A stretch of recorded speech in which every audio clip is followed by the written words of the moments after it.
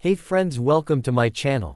So today we are gonna see, what if Naruto was leader of Phantom Troupe and had Massive Harem? So before we start, check out my Pater Eon page for 18 plus exclusive mature content. We will now proceed to the video. In the land of Wave in the elemental nations was facing a crisis against a cruel ruler. His name is Gato and he is the head of the great Gato shippings, but the truth is that he controls the company through the underhanded means. He is feared by the people and those that work for him for his ruthless personality and his dark deeds performed on those around him. He even hires rogue shinobi to do his bidding if the price is right. But today was a especially dangerous day, for a man in Wave named Tazuna had hired some shinobi to help him by protecting him while he was building a bridge to the mainland. This would cut into Gato's business, allowing them to finally rebuild their economy that has plummeted over the years. However, Konoha had learned of the deceit, and while they were going to work out a new idea, they understood why he did it, considering their economy had plummeted over time. So now, instead of Team 7 consisting of Sakura Haruno, Sasuke Uchiha, and Naruto Uzumaki Namikaze, there was also Team 8 consisting of Hinata Hyuga, Kiba Inuzuka, and Shino Aburame, and their teachers Kakashi Hatake and Kurenai Uehi. From the groups, Kakashi knew that his team needed the most work in the sense of teamwork. Not because they didn't work well together when the situation called for it, but because their personalities are always clashing.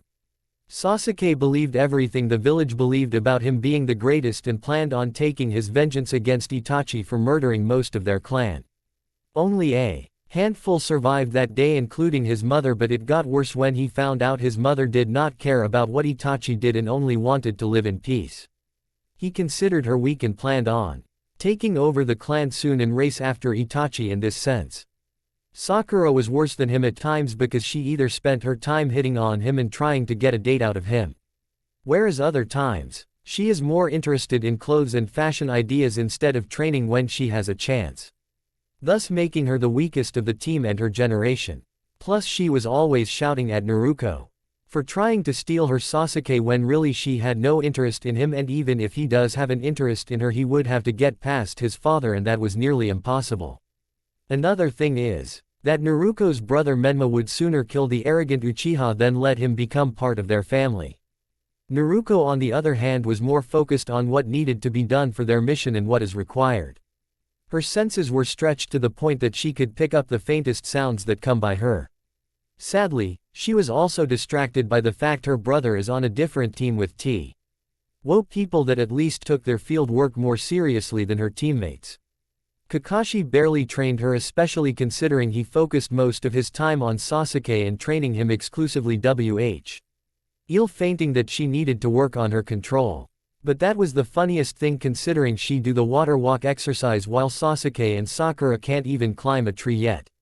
Arriving in Wave, EY encountered heavy resistance from a missing nin named Zabuza, but Kakashi and Kurenai managed to corner him and almost kill him until a hunter nin appeared. From there they took him away, leaving Kakashi passed out and Kurenai carrying him and sending another request for backup since they were going to need it at this point. While this is going on, in the far distance at an abandoned church in the middle of the forest was someone sitting on a stone. He had a candle next to him and he was reading his book while having his face covered in darkness. This man had a long coat with fur on it on his wrists and his neck, with an inverted cross on the back. On his forehead was a cross with a circle going through it, and he had it open, showing he was not wearing a shirt underneath his coat at this moment. He is wearing long black pants, black boots, and on his pants he had white belts wrapping around his leg. Reading his book, no one could tell what he was thinking or what his face looked like, other than him having blonde hair that was spiked and dark blue eyes staring into the darkness, but they had tints of black in them. Below the man was two others, both blonde themselves, but one was wearing a green and white jumpsuit and had his hair slicked back. Another was wearing a purple outfit and he had his hair flat topped. Turning their heads, they heard heel shoes walking into the room and saw a man wearing a purple business suit showing off her cleavage walking into the room. She was not wearing a bra from what they could see, and from there they saw that she was wearing a short skirt. Pakunoda, good to see you. The boy with flat top hair was the first to greet her with a smile on his face. Good to see you again too, Shalnark, you too, Finks. The man in the jumpsuit, Finks grunted. You were late. She looked at her watch. On time from what I can see. He looked down. We were supposed to arrive 10 minutes earlier, that includes the rest of you. Turning behind them, they saw 2 more people entered the room. One had long black hair and was wearing a tight black top and bottoms and some foot wrappings. He had a sadistic grin on his face and smiled at the group while showing off his bloodlust to the room. Next to him was a silver-hair man wearing a red jacket and bottoms that were leather made. His red eyes stared at them and he had a small lazy smile on his face. "Hey Envy, ban you guys going with us too?" The 2 smiled at one of the more excited members of the troupe. "Yeah we are." "Huh, I don't care what is going on, I'm just hoping the boss gives me something to kill soon." Everyone saw the bloodlust in Envy's eyes and how he was eyeing their boss, wanting the order. But a hand landed on his head. "Know your place, fool. The boss hasn't given us our orders or told us what we are stealing yet." Out of the shadows came a dark-skinned man with gray hair that spiked up in the back, and he is wearing a bear pelt belt and coat over his shoulders. He had dark gray eyes. And was smiling wildly at the idea getting loose and start to kill things around him in annoyance. "I'm reporting for duty, boss." So like Envy said, "What's our target this time?" "I'm itching for some action." Shalnark laughed. "Easy there Yuvo. Phaeton's group won't be arriving until this afternoon, so we have to wait until then." Yuvo snorted. "Great whole half day of waiting." But he smiled. "Well, if it isn't Shizuku." Now in the room was a woman with short black hair, wearing a tight black top, jeans, and shoes. Her eyes were covered by her glasses and she had wine red eyes along with wearing a golden cross around her neck. "Hello." She kept her blank face and was staring ahead. "Has the new replacement showed up yet?" Shalnark raised his shoulders to Pakunoda's question. "Don't know, you might want to ask Maki when she comes because she is the one that was supposed to contact them." Everyone started talking a bit while their leader was still sitting by his candle reading his book. Not even bothering to greet anyone yet. But if anyone could feel the slightest chakra flux, they would have noticed his chakra was slowly rising as time was passing by. Town of Wave. On the outskirts of Town W. Air 4 people. One was a samurai-looking man with a sword at his side. He had his hands inside of his kimono. Another was a short man with black hair, pale skin, and beady black eyes. He was wearing a mouth-covering outfit with skulls and flames on them and in the darkest form of black possible. Next to them was a large man with long earlobes, wearing a blue overalls and a white shirt, and he had stitches on his face and some parts of his body. He was by far the largest of the group, being the size of a small car. The final person had pink hair and was carrying a tan sack over her shoulder and wearing tight outfit around her body and some leg warmings. "I wonder," started the samurai man, "how long has it been since the troupe was assembled like this?" He put his hand to his chin and looked at the shortest of the group. "Phaeton, you know." The small man turned his head and whispered. 3 years, 6 months, but 2 have changed. Numbers 4 and numbers 8 are different." "Maki," the tall man asked the girl with pink hair, "do you think 4 will show up today for this meeting?" "Don't ask me. I haven't the foggiest idea." "Weren't they your responsibility?" She rolled her head. T told them the time and place and how important the meeting was. Phaeton gained a small glare. "I do not like 4. Why does the boss let them get away with their habits?" "Probably for their skills." He rubbed his chest while Phaeton grunted. "Skills? Yeah, I mean that bloodline the boss stole for them is versatile, with it making them a force of nature in their own right. They would be difficult to deal with for all of us." "Are you saying the boss is scared of 4? Watch yourself." He was glaring down the samurai with great intensity. "That's not what I meant, calm down." The giant snorted. "You give them too much credit. You need to stop blowing their ego up." The samurai scoffed. "Talk is as cheap as ever." The 2 walked in silence for a bit before the giant swung his fist at the samurai, who blocked it with his sheathed sword. "Shut up, or this is what happens, Nobunaga." Nobunaga smiled. "You were talking as much as I was, Franklin." The 2 started a sparring match in the mid-lit of the street, freaking the civilians out. Maki sighed. "Here we go again." Phaeton turned away. "Leave them, they are just playing." Maki and him continued, knowing that they would both catch up to them at some point. "So do you know why the boss called us all here?" "We are thieves. I suspect he wants us to steal something." "That much I knew, but I mean, why Wave? This place is a shithole ever since Gato took over." "Not sure, but the boss has his reasons. Our job is to follow orders." Yeah, I know, but still there must be something special here if he wants us to come to this place. True. Oh, they stopped fighting. They saw Franklin and Nobunaga are coming up to them, leading to them making it to the HQ for the day.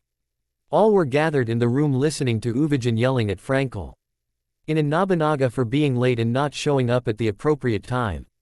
Eventually the day wind down to the point that the sun had set and now they were waiting for the last member to show up. They aren't coming. Finks was annoyed by 4 blowing off orders. The sun has set. Damn them, the next time I see them I'll tear them apart. Uvijin was already maiming this guy for what he did.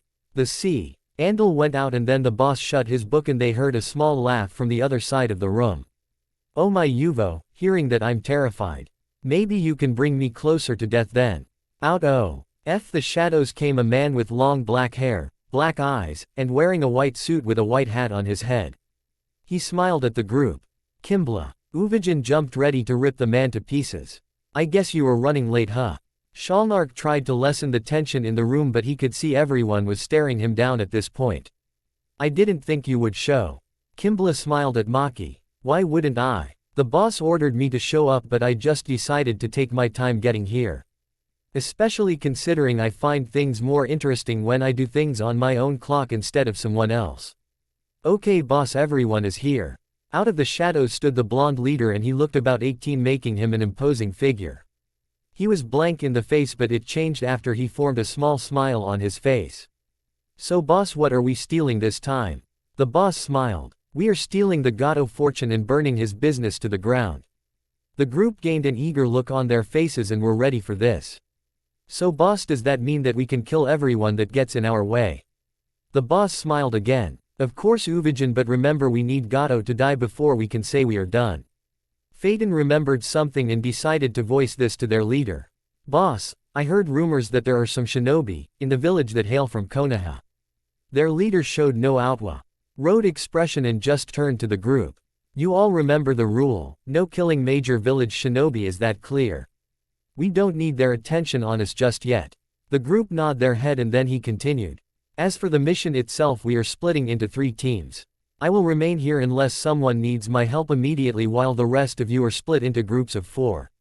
One will EAD to the bridge to find this Tazuna and deal with his attackers. The second group will head to his mansion and slaughter all of his guards and free anyone that is of no use to us, on top of stealing everything in his vault and stashes of money.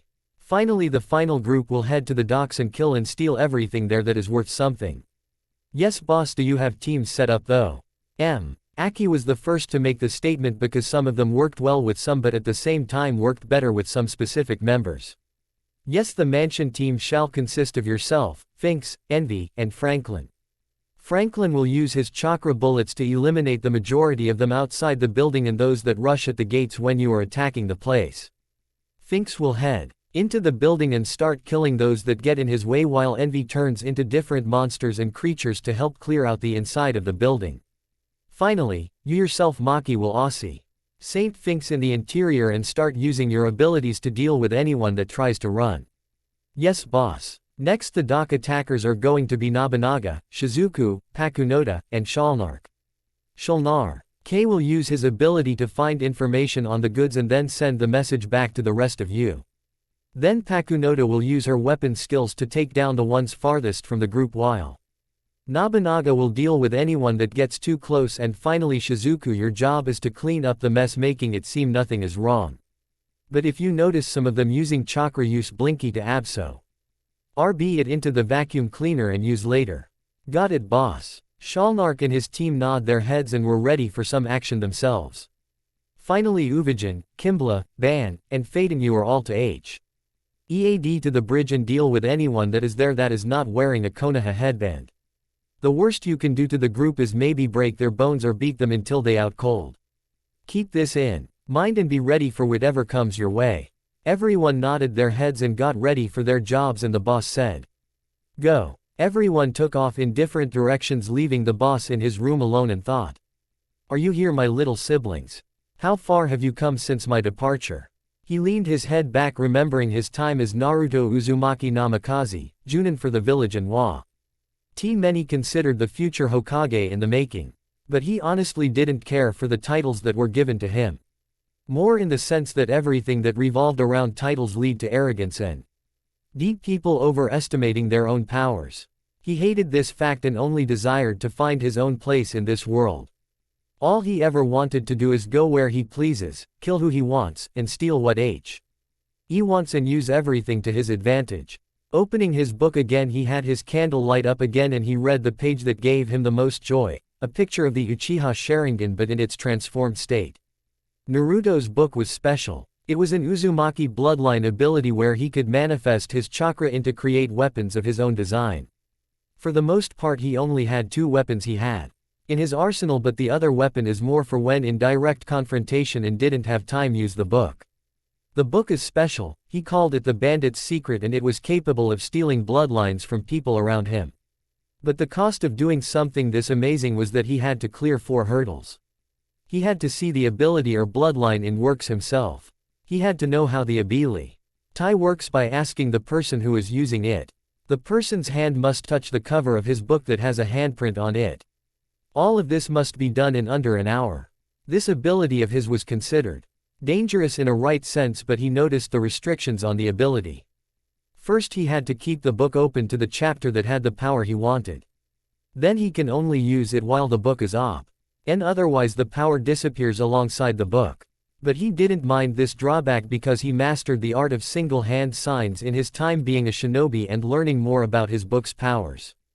It soon led to him gaining the powers of the Uchiha and Hyuga while he was wandering around the village. While he was worried when they died they would take their powers with them, but he saw that once he steals an ability it stays in the book no matter what, and that even the original owner dying doesn't change this. Naruto got excited about this and started looking around for more people with bloodlines to add to his book for the future. One of his greatest accomplishments is that he learned ice release, bone release, explosion release, typhoon release, magnet release, lava release, and steam release. He stole each of these abilities and more from different nations, and in doing so left the original wielders unknowing of this change. For the most part, Naruto had a ton of other abilities that he stole over his time from different nations but never used them due to how odd they were and how dangerous they could be if they are discovered. But even so he had his secondary weapon to fall back on if things turn bad, and he can even use his own ninja skills that he had while he was Junin. He mastered hand-to-hand combat, strategy, and even had a variety of different elemental moves that he could use on his own. For the most part his alignments are wind, water, and lightning, but he could use the other elements if push comes shove. Naruto knew he was a cage-level shinobi that the world has never seen before, and he knew that his power was envied if people knew whom he was. That is the reason he left his village when they were trying to force him to take a student and breed with the many women in the village. His parents blocked this demand and he was happy about the result as a whole. Naruto looked at the Sharingan and then closed his eyes before opening them to take the form of a biohazard symbol. Time for the troupe to make its scene. Docks. Nobunaga and his team were looking out at the docks and saw that at least 6 major ships were ported and there had to be at least 100 men seen around the docks. Shalnark had already got a puppet to infiltrate the grounds to find any information about this whole place and if there is someone worth noticing. All they had to do was sit there and wait for his information and know how they are going to move through the village. After a few minutes Shalnark appeared next to his team and smiled. Well, the boss was Rig. About one thing, there are about 100 people guarding the docks at this moment. From what I guess, each are about the same level as any bandit out in the world.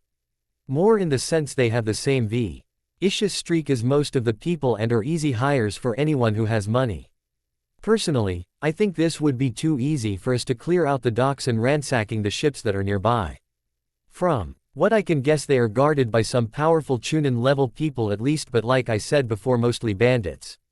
So they are not shinobi then? Shalnark shook his head at Nobunaga's question. No, just your typical bandit with some basic understanding of chakra and thinking it makes them a badass. I see. Well then, shall we get started then? I'm itching for some action. Nobunaga stood up. The rest of the team ready for this fight. Pakunoda used her chakra to summon a silver weapon into her hand and pushed her chakra into the weapon. I'll handle the archers that are on the ships and on the roofs. Shalnark smiled. I'll use my puppet to kill some of the men around us, so hopefully we can sow confusion into the group and start a riot in the bandits. I guess I'll have Blinky out. And start smashing some people that come my way then. Nobunaga smiled. Yeah, and my job is pretty simple, of cutting down everyone that gets in our way and hopefully getting the chance to kill the people in the ship. Everyone nodded their head and jumped off the nearby roof and landed in the docking area where two guards saw Nobunaga and Pakunoda approaching. Hey, who the fuck are you two? EAD of answering Nobunaga was past the men. Their heads flew into the sky while his sword clicked shut. Too easy. He continued forward, ignoring the archer that took aim after seeing the guards killed. But he felt something going through his head and he was sent crashing to the ground from the roof.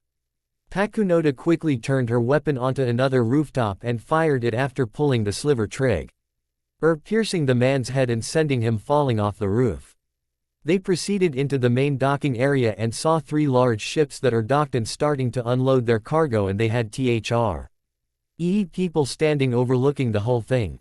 One was a black-haired man with a black shirt and brown pants and having sharp fangs in his mouth. Another one was wearing a green jumpsuit and was short and bald, and the last one was a fat man wearing a green shirt and jeans.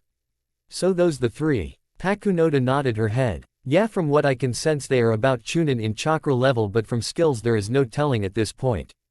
I'm betting on they are strong together, but they look like more a team tactic. In this case, we need to kill one of them and then we can start picking off the rest of them with ease. Alright then, let's get this done then. Nobunaga and Pakunoda appeared in front of the 3 thugs and they narrowed at them. Who the fuck are you? The man with shaggy hair was glaring at them and had his fangs coming out more. The short man in the jumpsuit scanned their chakra levels and saw that they were at least Junin level at the most. This was going to be difficult or them, more in the sense that their 4th partner was somewhere else. Maybe distracted by someone that was nearby from what he would guess. Name's Nobunaga and this Pakunoda. We are here to execute you on the orders of the boss. Nobunaga crouched down with his sword at his side and was ready to leap into action. But first he was going to make sure his chakra field was ready. Doing this would ensure the minute they entered his range he would cut them down with ease. Sadly, he knew that Pakunoda could easily kill any of them with one well-placed chakra bullet through the skull or using her own physical strength to even the odds. TCH, I'm Rabid Dog Asshole and I'm going to tear you to shreds. He grew his fangs out and added chakra to them. Nobunaga smirked. Bring it then, I'll put you down in a second. The minute the dog man raced into his range he already unsheathed his sword and with one quick swing decapitated him before sheathing his sword again. Too easy. The fat man smiled. You might have gotten the drop on him, but that same move won't work on us. The man motioned for his partner to take the first move, but the minute he did, one of the bandits behind him impaled the fat guy through the head. Taking his sword out he quickly aimed it at the short man who used his chakra-enhanced hair to pierce him. The man collapsed to the ground with a thud and showed that he had some kind of red stick with wings hanging out of his neck. What the? Behind him he saw that someone with blonde hair smiling at him. Sorry, I guess you were too fast for my puppet to get to. He then felt something go through his head and collapsed to the ground, scaring the shit out of the thugs. They couldn't believe it. The mercenaries that were higher pay than them were killed with such ease it was ridiculous. Nobunaga smiled and flared his aura at everyone while having his sword ready to swing. Now I get to have some more fun. Pakunoda sighed and using her chakra changed her revolver into a new weapon that took both hands to hold and with great ease was mowing down people with a hail of bullets. Shalnark only found another person to make his puppet and forced them to start killing as well. Shizuku on the other hand was in one of the storage areas and she saw that there was a lot of stolen merchandise there that the boss would want. So summoning her trusty blue vacuum with eyes she started using her chakra to suck up all the merchandise into the vacuum to be released later. But while this is going on she noticed someone was behind her and knew that it was one of the mercs. He was hiding beneath the earth hoping to sneak up on her, but she was not easily fooled by this action. When they appeared behind her and threw a punch she ducked underneath the attack and slammed her vacuum into the side of their head, sending them to the ground with a thud. She saw it was a large obese man wearing a speedo and looked like poop. She lifted the vacuum's nozzle again and slammed it into the person's head until they were nothing more than a puddle of blood. Then she sucked up the mess and continued on with cleaning out the storage area. So far the deck cleanup was going smoothly and In a few hours they were going to have all the merchandise they needed to keep the boss happy for the next few days. Manner. Franklin hands released holes at the end of the tips and was firing chakra B. Bullets at everyone in the front of the house.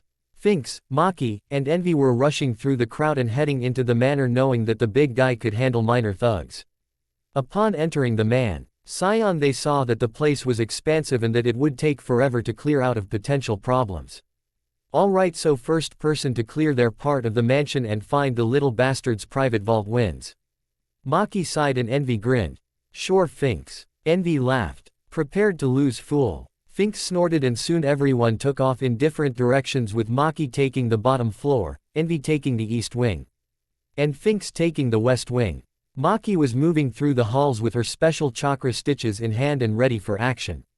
Two thugs appeared from around the corner and charged her, leading to them getting tied up by her chakra stitches and soon with a quick tug sliced them to pieces. This led to her then walking farther into the building. More in the sense, she had dispelled her stitches and now was fighting hand to hand with the rest of the thugs. They were swinging their weapons at them but they were too slow to catch her. She ducked under their strikes and punched them into the walls or slammed her foot into the side of their head, leading to their skull exploding from the power she was generating from her strike. Finally growing more tired dealing with these idiots, she summoned chakra scalpels and with ease started cutting them down with greatest ease. With her speed she was blurring through the halls and moving on to the next target the previous person's head was falling off their shoulders. By the end of the hall she turned to see about 40 people dead on her end. She sighed and continued through the halls looking for any room that could possibly be Gato's room. Sadly, none of the rooms were, but she did find the basement and down there she saw something that disgusted her. It was a torture chamber where she could see T was meant to torture not just people for information but to mutilate the bodies of the women. Hell, she saw several corpses in the corner ranging from middle age to as young as 17 and this made her angry. But she heard whimpering and in the corner she saw a cell with some women that had not been tortured yet. The youngest was 8 years old and she was terrified of the woman with pink hair and wondering what she was going to do to them. Walking up to the cage she pushed chakra into her hand and ripped the cage door off and sighed. You are all free to go. Head out the front door and my Fryan D will protect you while we mop up the rest of the people inside. They hesitated at first but they eventually ran out the cage, but one of the women turned to her. Thank you, but if you see a woman with black hair and that is mine dead, please, she is my daughter. She was raped multiple times by Gato and his men and I fear that she is either gone mentally or she is unreachable. If you can't save her, please make it quick. Maki kept a blank face but said, I promise I will. After all, I will never turn my back on people who suffer and I could do something to help them. Thank you. Once the Wam and left and she was sure they were out of range, Maki finally glared at the wall and her eyes glowed with unreal power. Her body was covered in a dark green and black aura that flared around the room, terrifying anyone that could sense or see it. Turning to the wall she screamed, Damn you all! She threw her fist into the wall causing the wall to give way and soon the entire wall was gone. The destruction left a tunnel leading to the outside of the mansion.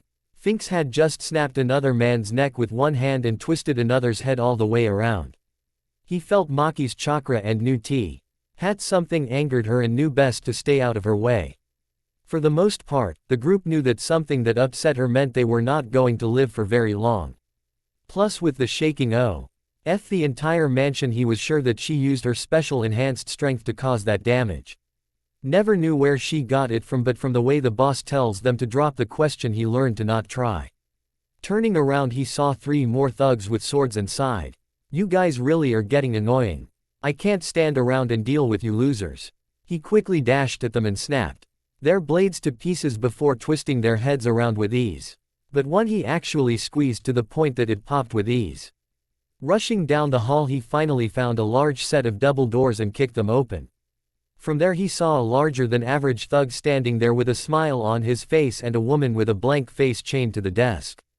He sneered at this, hating the idea of enslavement. While they murdered, killed, and stole without a reason, they did not condone rape or enslavement of other people. Hey asshole, who are you to come and face Gato and his empire? Finks smirked. I'm the guy that is going to help bring it to the ground. Ha. Fool, better men have tried and thanks to my iron body they never succeeded at this. Finks smiled. Oh really? Then you would. Mind if I gave your indestructible body a shot then? The man laughed. Go ahead fool, I will enjoy watching you fail. Finks grabbed his shoulder and started rotating. 10 should do. He started, counting every rotation and soon his hand was covered in chakra and he smiled. I get the free punch remember. The man was sweating at the thought of being hit by a chakra punch. Wait. With O.T. warning his entire body was destroyed by the punch and his remains splattered the wall. Damn, what a waste of my cyclone punch. He turned his head and saw Maki standing there, feeling better now.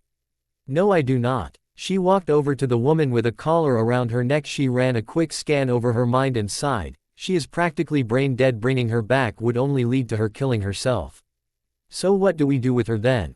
The woman had tears going down her face. Please kill me. Don't let master come for me again. Maki closed her eyes and hugged the woman whispering. I'm sorry I failed to save you. She sent a quick stab through her chest ending her life in a flash thanks to the chakra scalpel. She then removed the chains and covered her body with one of the curtains. She closed her eyelids and whispered. The boss will make him pay for everything he has done to you and the people you love. Maki. Turning her head she saw Finks looking concerned. It's nothing. I just hate seeing this you know. A person that needs healing but there is nothing I can do to save her. It makes me angry and leads to me remembering my past. Really? I understand about the woman. But what is it about your past you hate? She picked the woman up and carried her in a bridal carry, a teacher that was a hypocrite and betrayed me when I did what she would not do. She walked past him. Get into the safe behind the painting and start collecting the stuff we need and bring them back to the boss.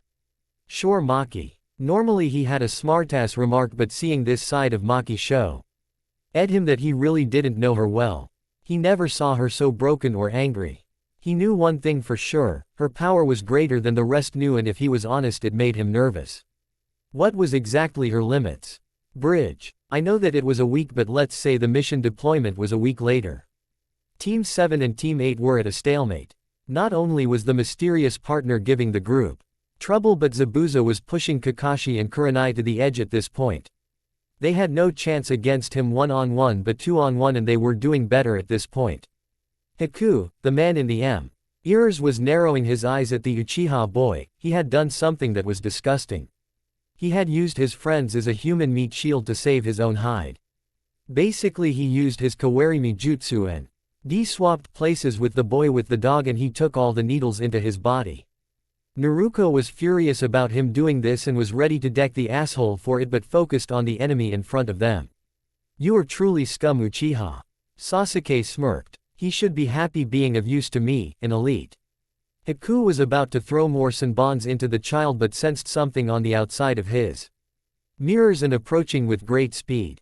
Having no choice broke off the connection of the mirrors and retreated away from the teens. Standing there was a small teen with a black coat covering his mouth. He was standing there looking at him with boredom written on his face. You dodged quick, impressive reflexes. I'm surprised you snuck up on me with there only being one entrance on the bridge. Well, funny thing about that. Behind him was a giant man with a bloodthirsty smile on his face. We just climbed the side of the bridge and got behind you, nothing special really. Yeah, seriously. Out of the mist band came out of the mist. You all are too low to sense us, let alone fighting us on equal footing. Enough, we need to get to work. After all, I would love to hear the sound of death floating in the air. Soon Kimbla appeared next to Uvijin and he growled at the man. Don't give me orders, Kimbla. Oh, is that irritating you, Uvijin? The man growled like a wild beast, leaving him open for Haku to throw some senbons into his back. But they bounced off his skin, drawing his attention back to him. That annoyed me. He quickly closed the distance between them before slamming his HEAD into the ground, killing him with a single blow. Damn, he was only Chunin level, nothing special. He had a bloodline though. Shit, you think the boss would have wanted it before this guy died? Uvijin knew the boss got pissed if he missed a bloodline. No, I know that was an ice user and from what he told me he already stole that off another user a few years ago. Good, then I'm safe then. Who the hell are you bastards? The four men turned to the brat and saw Sasuke was glaring at them. Who's the brat? Not sure, I think he is an Uchiha given his family crest on his clothes. But his chakra levels, I would say he is the runt of the leader. Kimbla loved the way he bristled at the comment of being a runt. Doesn't matter. We need to deal with the problem on the other side of the bridge. Alright, let's get to it then. Uvijin turned his head and saw Kimbla already in range with Zabuza, who was being pinned down by dog summons. From there, he put his hand on his head and smiled.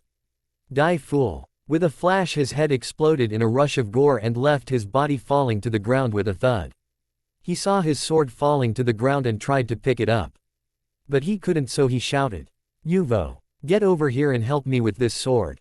Okay, no need to shout, asshole. He appeared next to the white-dressed man and grabbed the blade before putting on his shoulder. What do you want this sword for? Quote, that is one of the legendary 7 swords of the mist, so that means we could give it to the boss. Uvijin smiled. True, plus this will help smooth things over. When we tell him we almost robbed him of a bloodline user. They turned their heads to the 2 Junin facing them and saw that they were Leaf. Uvijin snorted, knowing the boss ordered them to not kill them and to stay away unless necessary. Worst, they could beat them unconscious, but nothing that was serious damage to their bodies or can't be healed. With the mist gone, the group turned their heads and saw a man standing there with an army of mercenaries waiting. Well, thank you all for taking care of Zabuza. This just made my job much easier. Now I don't have to pay him and I can have why men kill all the men and bring the women to me. He looked at the blonde girl and Kurenai and smirked lustfully.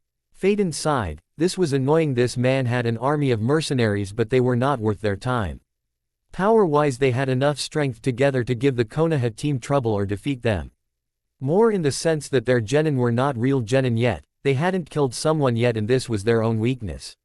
Without taking someone's life, this meant they were not ready for war if it ever came their way. They would freeze on the battlefield and most likely get people killed when it happened. Seeing their weak opposition, he turned to Uvijin and said, go ahead, kill them all, the boss has no interest in keeping him alive. The giant grinned before growling at the opposition in front of him. He charged at them while Gato shouted, kill this man and the person who brings me their head gets triple what I promised. The men cheered and charged at the giant. Kimbla sighed. Those idiots don't realize they are walking into their own funeral at this point. Uvijin quickly started his slaughter. He ripped through the men with ease. He punched holes in their chests, ripped their heads off, crushed their skulls and swung them around like bats, and kicked them off the bridge to their deaths. Gato was growing paler as the large man was killing without hesitance and such efficiency. It got to the point that he had no men left and he was left standing in front of the monster in front of him. Wait, I can give you anything you want. Money, fame, women, you name it. Uvijin rubbed his chin. Interesting offer. If I was a lesser man I would have taken it. But unfortunately for you, unlike most of my allies, I have no interest in the idea of money. Whatever I want I will take, no questions asked. Without a warning he swung his hand, snapped his neck to the side that the bones in his back were popping through the skin. He then brought his fists down and crushed Hi's body in own vicious double axe handle smash. That's that. He turned to his allies. Looks like we are done here then. Turning his head he saw the Junin were worried about fighting him and the Nin were either out cold or struggling to stand. The Uchiha was glaring at them though. That was my kill, no one denies an Uchiha, fool. Without a chance to stop him, Sasuke charged the group. Bansai. Eden stepped up and took the kunai through his throat, coughing up some blood. Sasuke expected him to crash to the ground, but instead he just stood there with a bored expression on his face. You done yet, kid? He grabbed his wrist and removed the kunai from his neck before smacking him with a quick chop to the neck. Sasuke. Everyone covered their ears and looked at the annoying pink-hair girl. Ban growled. Shut the hell up, brat. God damn it, you are annoying. Kimbla laughed. Not as annoying as some of us though. Ban sighed. Yeah, Kimbla, anyway let's leave. Before the Konoha team could say or do anything, they saw the fog come back and they disappeared from the area. Kakashi finally collapsed to his knees with Kurenai following him. God damn, that was horrifying. Kurenai nodded her head. Indeed. To think that monster was here of all places and working with other monsters similar to himself. Naruto approached her teacher and the leader of Team 8. Kakashi, who are you guys talking about? The man in the white suit. His name is Kimbla and he is a wanted S-class warrior. He is wanted for war crimes in the land of hot springs and other nations. After he escaped the land he managed to disappear for a while and then reappear stealing the explosive release from Iowa. Some say he is working someone of great power and influence, and it looks like there is some truth to that information. Sadly, I don't know the others, but if I had to guess, they all work for the same person. Everyone was shocked. That man was a S-rank criminal and he was running around with some other crew. That was horrifying in their mind, thinking about a man that can control of them with ease. Out of the shadows came Team 10, consisting of the Ino Shikaki trio and their sensei Asuma. They were brought in to protect the client's family while they were busy with the bridge and training. Arriving, they had an army of civilians ready to fight to protect their land, but after Kakashi explained what happened, everyone was surprised. What were criminals doing in their land and what are their goals for them? Abandoned church. Naruto saw everyone was back within a week. They managed to do what many failed to do, destroy Gato Enterprises. He didn't show it, but he was happy that his people were able to do this with no trouble. They brought him merchandise from the shipments and explained that they were rare jewels and metals that he could sell for a good profit in the future. At the same time, he was given documents from Finks and Envy explaining that he was working for someone in the land of rice, but they were unsure who it was. Hearing this, he started reading through the documents while his group was celebrating their success in taking down Gato. That was the easiest job ever. Many agreed with Franklin, the job was too simple. While they didn't want to bite off more than they could chew, it was believed that they were ready for bigger jobs. So why was the boss so interested in Gato and taking down his empire? Tell me about that fool. Was nothing more than a man with money as protection. Uvijin took a big swig of his beer before throwing the can to the side. I mean seriously, not even the Konoha shinobi there would have given us trouble in the state they were in. True, but they fought Zabuza and his partner prior to this. Kimball raised a good point, but Uvijin snorted. Didn't matter. If they did or didn't fight AA class missing shinobi, the fact of the matter is this: they were weak and not worth our time. I'm telling you, if they had Anbu there, maybe then things would better us. Maybe, but you have to remember the boss probably planned our positions to have the highest success rate. Yeah, I get that, but the room was flooded with unimaginable power, the walls were shaking. And the floor was cracking under the pressure. The group were shivering in fear and looking up to the source. Naruto's body was glowing blue, but there were tints of black in the mix of it. His aura too. Okay, the form of a spider with 12 legs with dark red eyes. The room knew that something on those documents angered their leader and they were all ready for the order to kill. While they might not like each other all the time, the truth of the matter was that they were all friends with the boss and all of them would follow him to the ends of the world. That bastard. I will have him and his followers skinned for this. Boss. Looking down at Nobunaga, he stared directly at him. They saw his eyes were slitted now, showing that in a rare moment he was furious.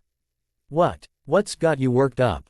Naruto took a deep breath before suppressing his aura again. Handing the document to Nobunaga, he read and his eyes widened.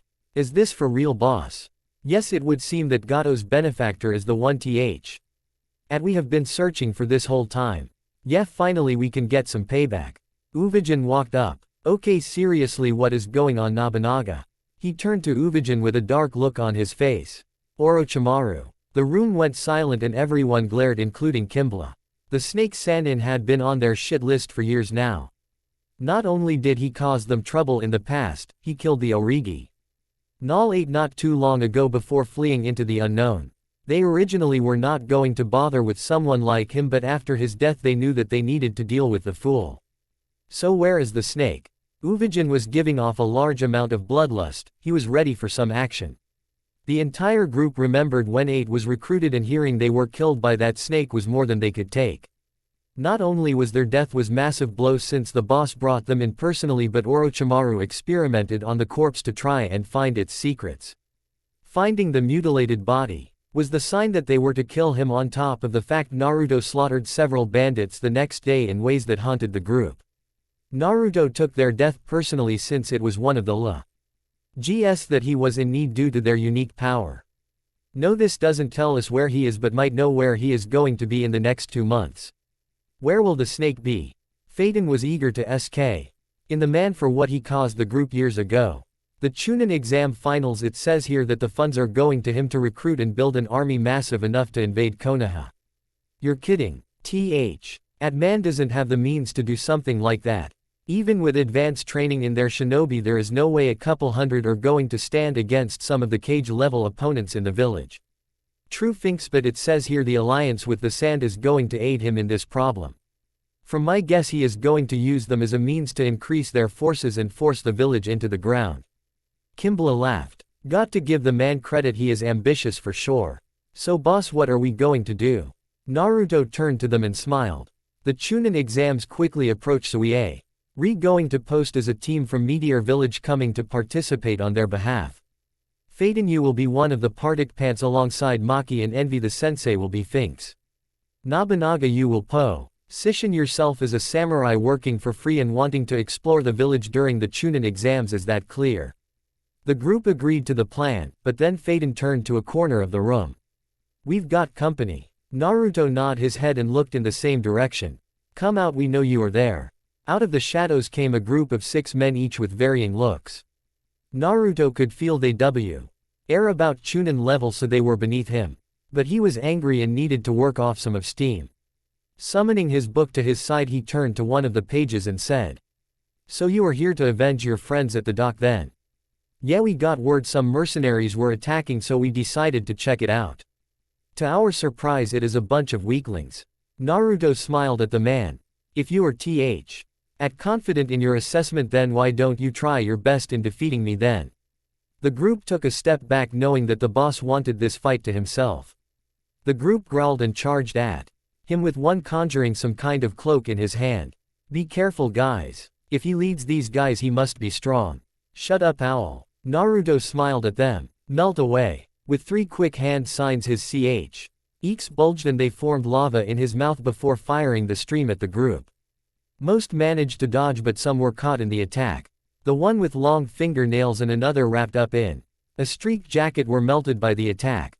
Naruto turned to the rest of the group and saw the 4 of them were surrounding him, and he smiled. "This won't work, fools." Naruto flipped through some pages until he landed on something he needed to end this foolish challenge. But he would get the cloak off the fool that was using it. He might be a unique one like himself and the rest of the troop.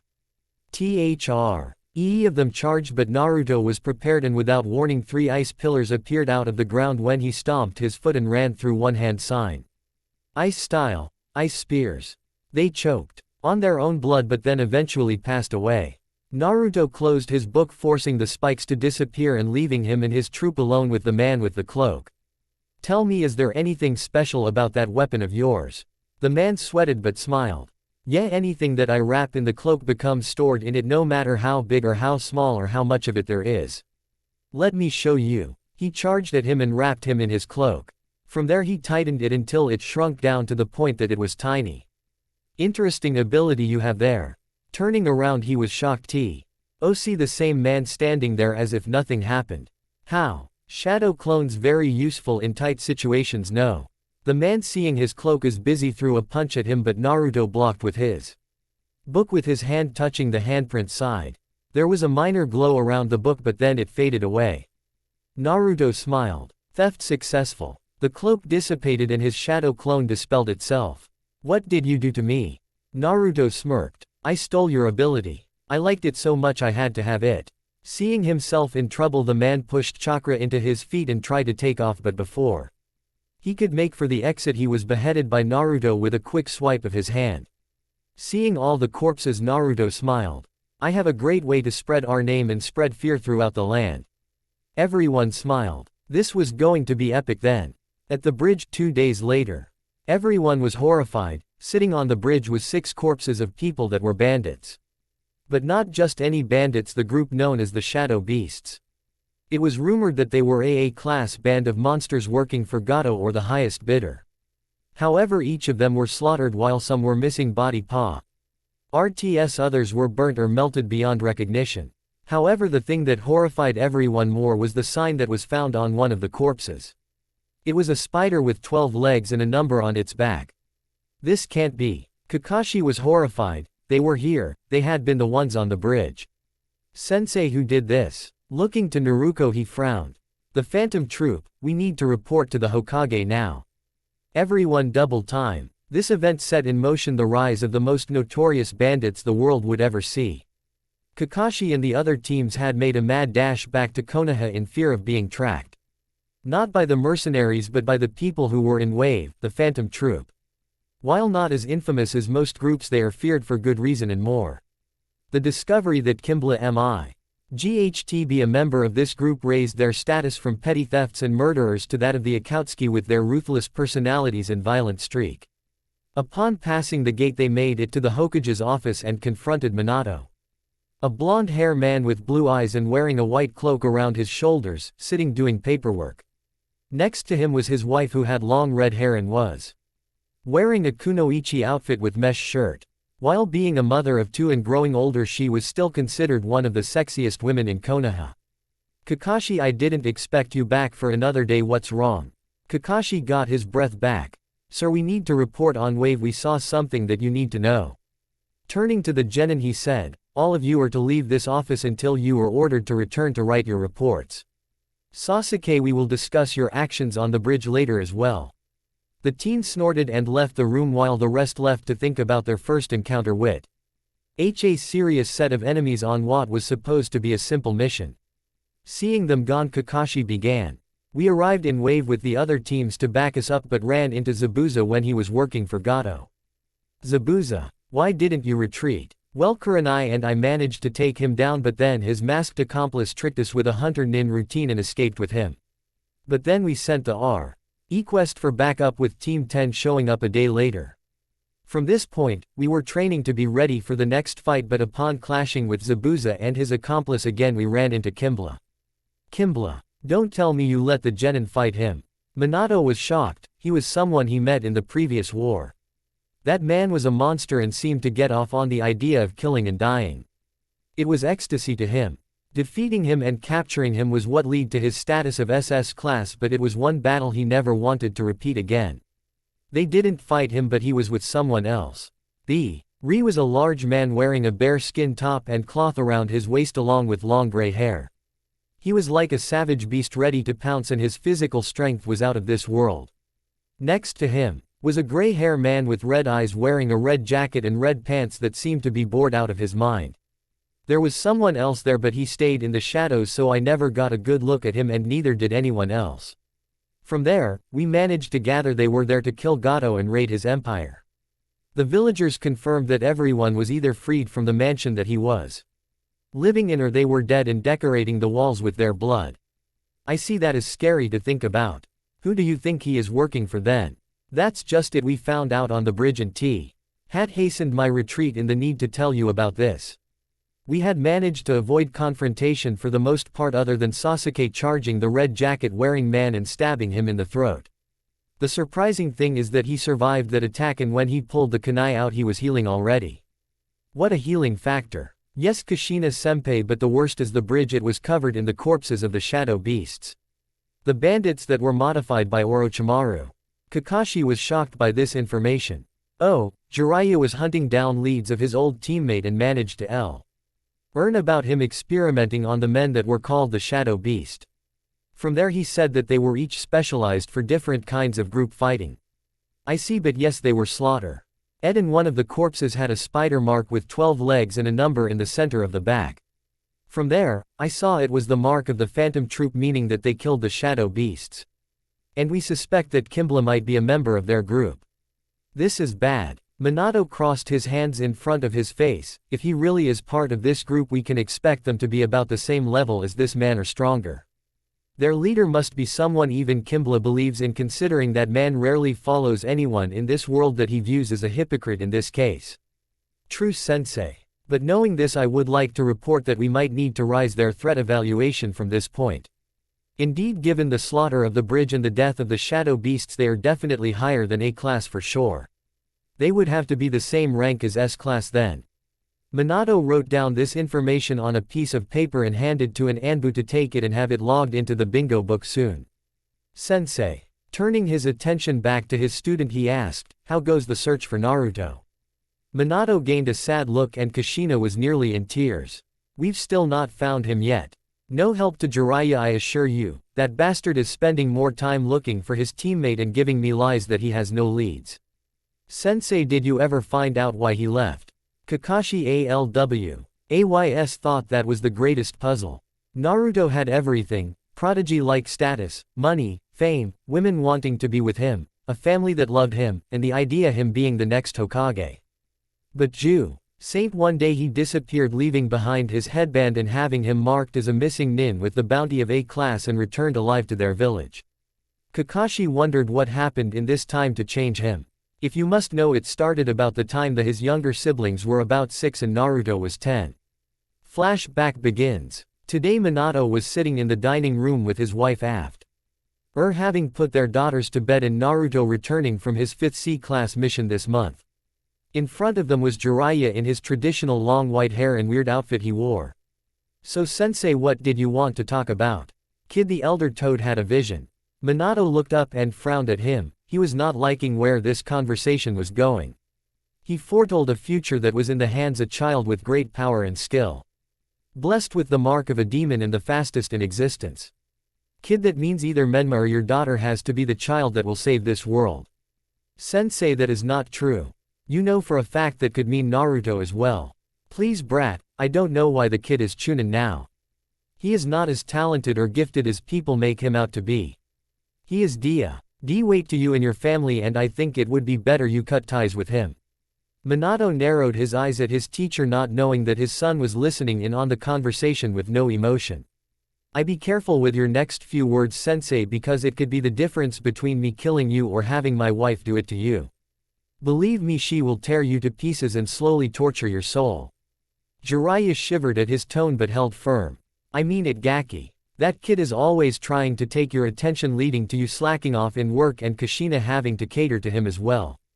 For your information, Naruto actually helps me work through the paperwork and only deals with the minor stuff or stuff that is not S-class information. At the same time, I know for a fact Kushina L. Ovi's spending time teaching him how to cook and take care of himself and his siblings. You shouldn't judge him on the outside.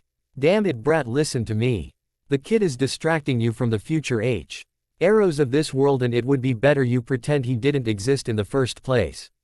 Naruto felt his soul be crushed and left the room, not allowing either of them to know he was there. But Mina, to hearing this comment, finally broke his patience. Leave. What? I said leave and don't come back. As of this moment you are not my kid's godfather anymore. Leave and do not return unless you have serious issues, got it? Jiraiya tried to say something, but a dark red aura appeared behind him and saw it was Kushina with her hair flaring around her.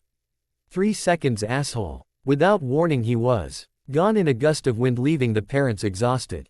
Minato. Don't worry, we are going to love our children equally and not make discrimination to them. I thought so, dear, I love you. Minato hugged and kissed his wife. I love you too. Quote. Flashback ends. After that day we noticed Naruto's attitude and attention seemed off in the distance, leading to a week later he left the village. When this happened, Tsunade came in and heard what her teammate thought about him, and without warning she beat him so badly he was in the hospital for a month. At the same time, we told him to stay away from our kids other than when they were allowed to have their own summonings. He gave them the contract but refused to spend time with the man that badmouthed their brother. I see. Well sir, I hope you find him soon and can explain to him. I will go and make my report. Come along, Kurenai, Asuma. When they left the room, Kushina hugged her husband tightly and he returned the hug. We hope so as well, Kakashi. 2 weeks later. Since the fight in Wave Team 7, 8, and 10 had been stepping up their training for the Chunin exams coming up. For the most part they wanted their students ready for the battles to come in the near future. But in parts, they wanted them ready in case something was coming their way in the near future, especially with the likes of the Phantom Troupe running around. Most would think Hey wouldn't worry about them, but since they saw their faces and can ID them, they knew they might come for them soon. So to prepare for this they started training the students more rigorously than before. Well, at least Team 8 and 10 were receiving full training for the team. Team 7 was broken down into cases of having Kakashi telling Naruto that she needs more control and sends her off to do stuff that was controlled based. Hearing this pissed her off again, and she demanded that he either take her training seriously or she would find someone that would.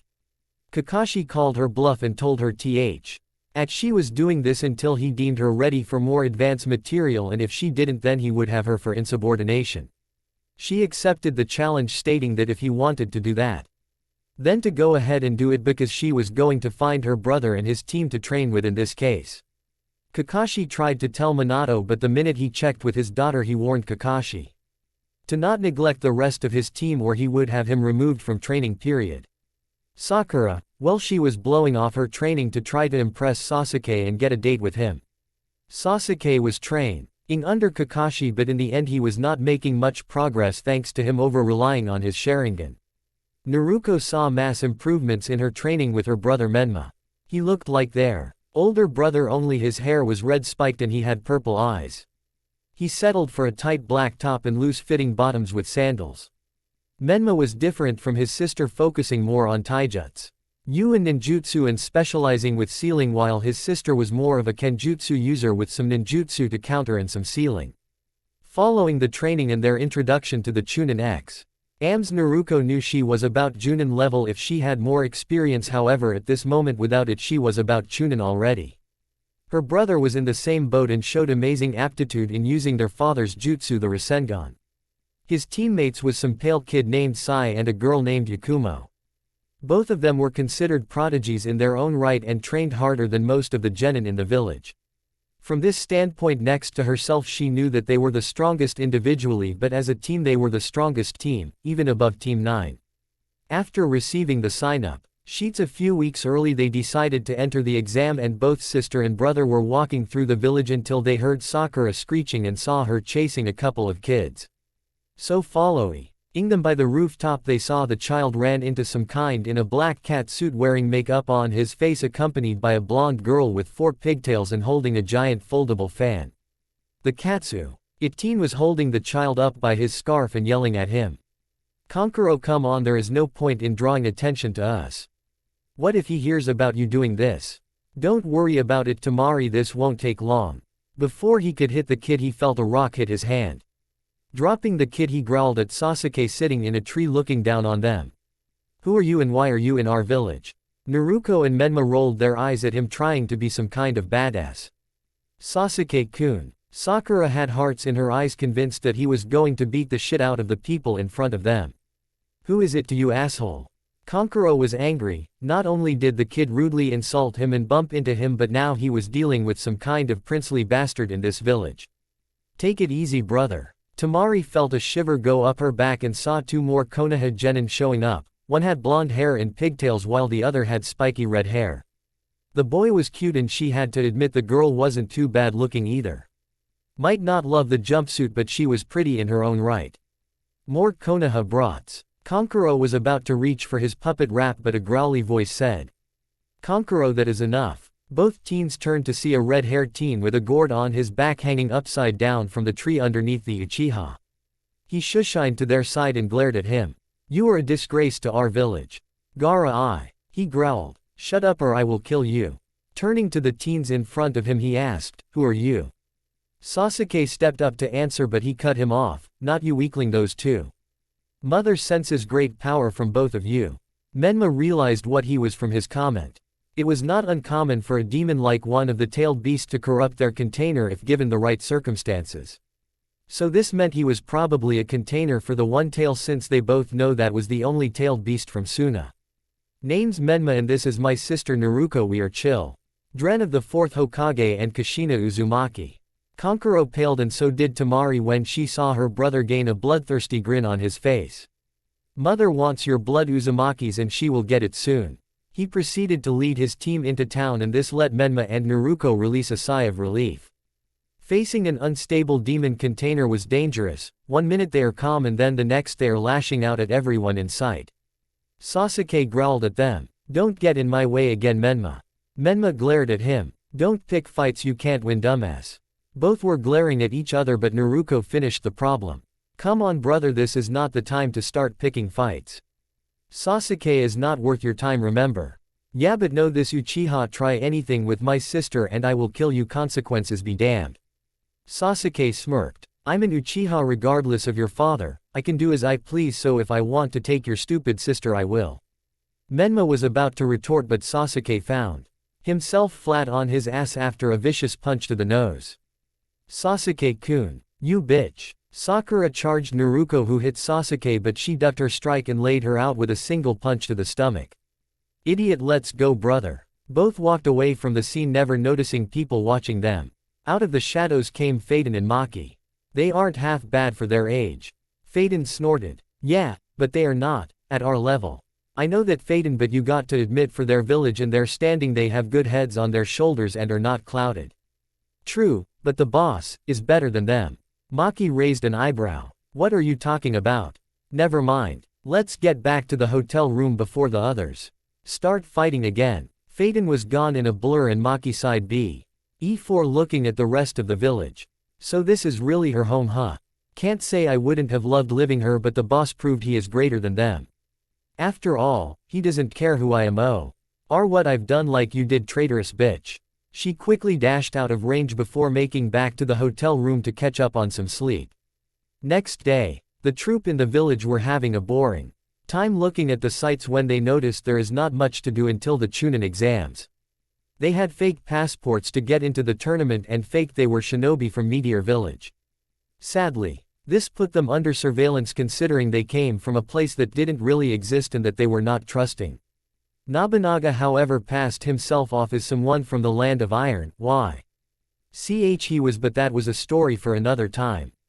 Finks was busy scouring the town looking for stuff to do and things to keep him from breaking necks. Sadly there was not much until he ran into a bar that was filled with Junin. Entering the joint he ordered a round of drinks for himself and started drinking. That was until he was approached by a purple-hair woman wearing a trench coat and fishnet shirt and skirt while having a dango stick in her mouth. Hey there, haven't seen you in the village before. Finks looked at her for a second and replied. Yeah, I'm new to Theses parts, only here for my genin to compete. She smiled at this and sat down next to him. Interesting, where you from then? Meteor Village. She was stunned, so this was the unknown Meteor team that she heard about. From some of the people in the village it was rumored that they had a team but was unsure how true it was. Sometimes bandits enter and pretend they are from there, but the truth is that they had the paperwork to prove it, which is rare. Interesting, so where are your genin? He shrugged his shoulders. Probably exploring the village, I guess. I was doing that until I saw this bar and decided to have a couple of drinks. She smiled and put her arm around his shoulder. Then why don't you join me and my friends? It would be nice to have a new face enter our group. Finks cringed at the idea of socializing with people from a village. He was not the most sociable person of the group. I really should. She dragged him off his stool and sat him down at their table where he saw a group of Junin sitting there. So Enko, who is your new friend here? Enko smiled. This is the guy that entered his team under the alliance of Meteor Village. Really, so why did you guys enter if you don't mind me asking? Turning his head he looked at a man with a beard and is smoking a cigarette in his mouth. We decided that we needed some cash coming in, so our home wanted us to enter some of our strongest warriors. Whoa, really? Then this is going to be such a youthful event. Finks raised an eyebrow at an odd man with large eyebrows, green jumpsuit and jacket, and wearing orange leg warmers. Youth. Don't get him started, please. Guy has been that way as long as we've known him and he has a mini-me that is just like him. Finks heard what the man with gray hair and a mask said and decided against making another comment. So since you guys are asking, you all have teams you're entering? Yeah, I'm entering my team for the exams. Everyone turned to Kakashi and Asuma snorted. No offense, but the only person on your team ready to become Chunin is Naruto. After all, the Uchiha is too arrogant and Sakura, well, she is weaker than Ino and that's saying something. Don't worry about them, Sasuke is Chunin N level already and Sakura is a great support fighter for him. Naruto on the other hand, I worry that she might turn out like her brother if she continues to fight with her teammates. Kurenai and Enko narrowed their eyes. Careful with your words, Kakashi, you know what happens to people that speak ill of Naruto. Finks raised an eyebrow. Say, who is this Naruto you guys are talking about? The GR. Oop went silent for a minute, but then Asuma spoke up. Naruto is the oldest child of the Hokage and his wife. He was hail, as a prodigy the village has never seen. Graduating from the academy at an RLY age and becoming a Junin by the time these kids became genin. He was feared for his speed and power, and rumor was he was being groomed into being the next Hokage after Minato and might have replaced him at some point. Sadly, things didn't turn out well for everyone in the mix. What happened? Well, there was an argument over some kind of prophecy foretold by some powerful ancient toads, but from what I heard, the argument derived from how they were going to treat their children from then on. Their former godfather wanted him to be discredited and ignored while his parents disagreed. Soon, he started changing and within a week gone without a trace. I see. What did he look like? I've been all over the place and might have seen him in passing. Anko shrugged. He has blonde spiky hair, blue eyes that are darker than his father's, whisker marks on his cheeks, and has a bit of a tan complexion. Finks didn't show it, but he was shocked that they just described the boss to him. Truth is that most of the group didn't know their boss's past. Well, he suspected a few of them might know more than others, but he knew for a fact the boss never talked about it. More, he never said anything about it, and within time he just never bothered to ask if anyone was interested. To him the past was irrelevant and had no meaning in his life. But they are right about one thing: the boss had a power few. Elf family and rich family too, so why did he abandon them then? It makes no sense. Finks saw Phaeton and Maki walk into the bar. See, told you, he was drinking. Yeah, you were right and I was wrong. Both of them approached. Hello my genin. Maki bristled slightly at the comment and Phaeton showed no reaction to the name. Finks smirked. So what can I do for you guys? Well, we wanted to find you and drag you back to our place. We need to talk about some stuff we want to do about the upcoming exam. Fine, let's go then. Finks finished his drink and waved at the Junin. See you guys at the exam. He walked out of the bar and Anko narrowed her eyes at him and his genin. Something was definitely not right. While she could not tell exactly how much they were hiding, something was off about them. Those kids are going to be dangerous. What you mean, Anko? Turning to Asuma, she said. Those two that showed up, they are way beyond genin. I can tell that much, but how much power they got I can only make an estimate. Kakashi raised an eyebrow. I didn't feel anything like that. Are you sure you're not overreacting to them? I'm sure. I know for a fact those kids are stronger than Chunin, maybe even Junin. You might want to warn your teams to avoid them at all costs. No point in getting killed when they don't need to be. The group sobered up and knew Anko was serious. She Rely was like this, and this meant she was dead serious about the threats those two showed. The exams are going to be interesting, that is for sure. With the troupe in the hotel room, Finks was in deep thought, leading to Nobunaga noticing and asking, "Okay, what's eating you?" "Nothing much, just thinking about some stuff that I learned today." "That is?" Turning to Maki and Phaeton, he then asked, much of the boss's past do we even know?" The three of them looked at each other and Nobunaga sighed. "I knew he was a former shinobi, but that is it." Maki nodded her head, but then they noticed Phaeton was not saying anything. Phaeton, turning to Finks, he sighed. "I knew boss was born here, and he was once a shinobi here." Finks was shocked. "How much else of his past do you know about?"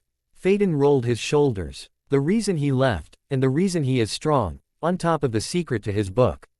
The group nodded their head and Nobunaga asked, "Why are you interested, Finks?"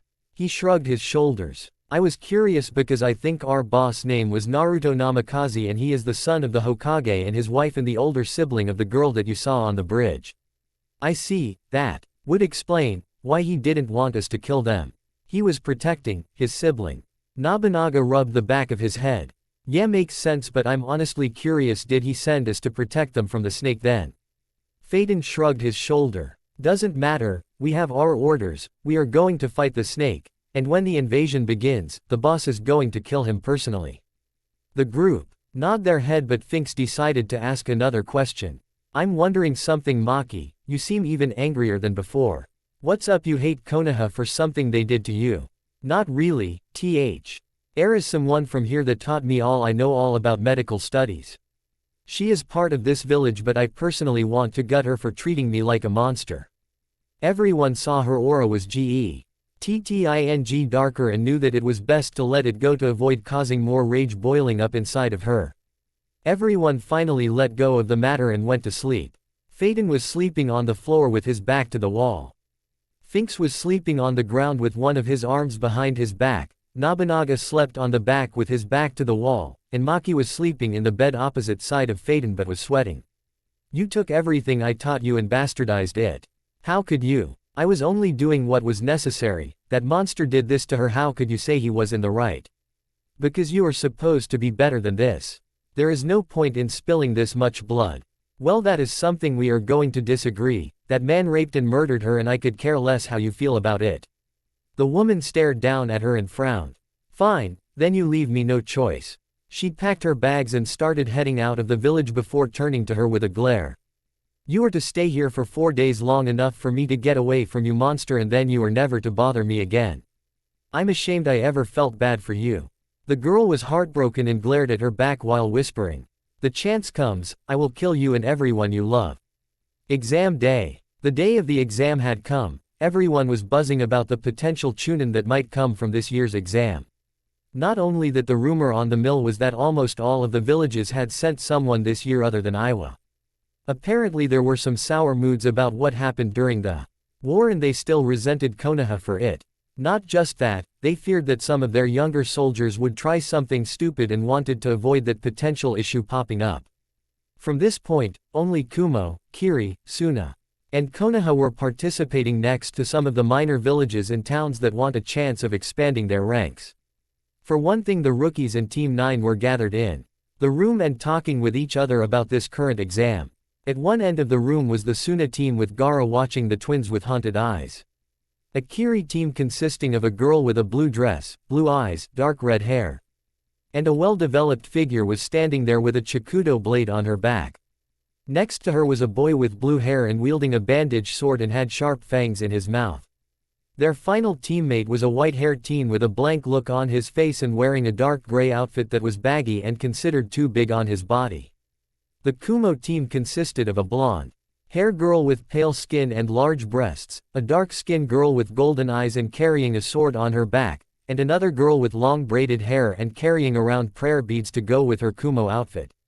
Finally, in the back of the room, hiding from everyone in the room, was Phaeton, Envy, who had just came back from murdering some bandits near the village, and Maki, who was busy examining our medical supplies rather than focusing on the people in the room. Honestly, the only person that she was unsure about was the boy with red hair from Suna, the twins of their leader, and someone in a Kusa outfit that was radiating darkness and a twisted nature that was matching a certain snake. Phaeton had warned her even if they spot him they had to wait for the right moment to attack him or risk him getting away again. Hey girl. Turning her head, she saw 3 teens carrying a smug look on their faces and having Konoha headbands. She didn't bother really memorizing the boy considering he was just another annoying pissant. Yeah, quote, what the fuck is someone like you doing here? This is no place for weaklings. She ignored him and continued examining her supplies. Not really any of your business now, is it? Now get lost. The teen was upset he was being talked down from someone that is not even part of a real village or clan. You think you are hot shit for coming here? You're not. You're nothing special and something that I will gladly wipe my ass with. She rolled her eyes. Great to know, now piss off. The teen's face went red and quickly grabbed her by the scruff of her shirt. Phaeton watched with a sigh, knowing what was coming, and Envy was grinning like a madman. You want to say that again, bitch? The teen was ready to slug the woman into the wall before he found he was no longer holding her. Looking at his hand, he saw that it was snapped, that it was just hanging from his body.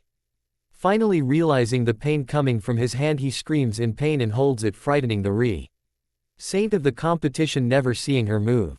His screaming ended when she flicked the guy in the head, sending him crashing into the wall with a vicious thud and forcing him to meld with the wall.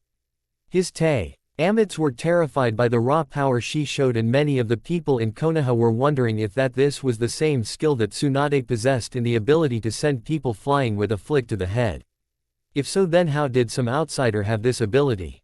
Turning her head to the 2 teens, she just stared them and sent them scurrying away. They quickly ran to get their injured teammate and race out of the room.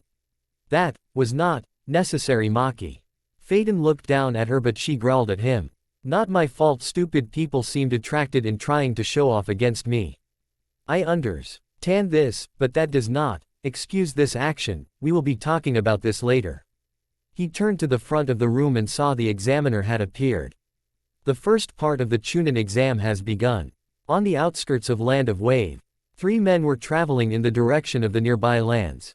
That land being the land of hot water, where they were going to visit someone that was buried there. And meet with some spies Naruto had in that region. The three of them were Naruto, heading the group with his hands in his pocket, Uvijin backing up the rear and Kimbla joining him. Both men Volu entered to follow Naruto on his job to find some information on the snake and to make sure he was safe. The group agreed a long time ago to never leave him alone when they are out hunting people. For the most part, it was usually 2 or more of them that would guard him and make sure if something did happen they were there to fight off the person that came after him so he can escape. Uvijin saw boss was in deep thought and was thinking about the time he first met the boss. He was mostly a raging barbarian where his best friend Nobunaga was his only ally on the battlefield. They both loved to fight and kill without a second thought, more him than his friend. For the most part, he enjoyed fighting so much he never really thought of anything else that came into the picture. Which was shocking because when he met the boss, he tried to kill him the first time. But he countered him with ease and showed him the flaws in his fighting style and how a smarter opponent would take advantage of his openings. From there he put him into a submissive position that would lead to Uvijin admitting defeat and awaiting death at his hand. But instead Naruto admired his skills and asked if he would like to join his team, that way he could continue to kill as he pleases and steal whatever came in his way. Uvijin was apprehensive at first but eventually he was won over by his charisma and agreed to join his cause and stand with him as his ally. Since then he has seen more action and learned more, compared to any time he was alone or with his friend. That is why he was fiercely loyal to his boss, and would kill anyone that dared to jeopardize the group or dare to question him on his orders. It was one of the reasons he hated the original 4 and his replacement. Kimbla on the other hand, he was someone that showed absolutely no interest in the boss's orders and sometimes went out and made him wait longer than necessary. He swore that he was doing this to try and provoke a fight out of the rest of them, but he was not sure how accurate that was. Dragging himself away from his thoughts, he saw the boss standing in front of a makeshift grave. It was sitting on a hill that stood above the rest of the area. He sat down in front of the grave with one of his legs propped up and the other crossing under his leg. On the stone he saw the sign of a spider and the mark of the number 8 on its back. Naruto put his hand on the stone and thought back to when he first met 8 and how they were the ones that helped build the group up of the rejects and the outcasts. Flashback begins. It has only been about 6 months since he left the village behind. More importantly, he was out doing things he wanted to do for once in his life. Did he miss his family? Yes, he still loved them like any Uzumaki would. But honestly he was tired of the village. Always having to do jobs around the place and doing things that were so tiring that it was ridiculous that he got paid for them. I mean seriously. Who pays for a mission to have someone clean up the trash around the village or paint a fence when they have commercial workers that can do that better than them? It was exhausting also to hear the elders bitch about him not having children yet or showing interest in women considering he never had the time to date. But another reason is that he didn't want to bring a child into the village and fear of someone like Danzo trying to get his hands on him. He had already met the so-called perfect shinobi in person before and found he was nothing more than a sore loser. He hated that Hirsuin was promoted to Hokage before him and that his father was next.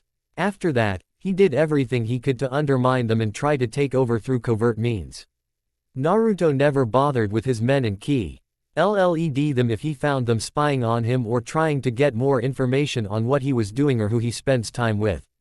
Since leaving the village he saw maybe 3 squads at a time and this led to him killing them with ease before slaughtering the rest of the group when they tried to bring him back to be re-educated, when in truth, it meant to make him disappear and become his tool of destruction.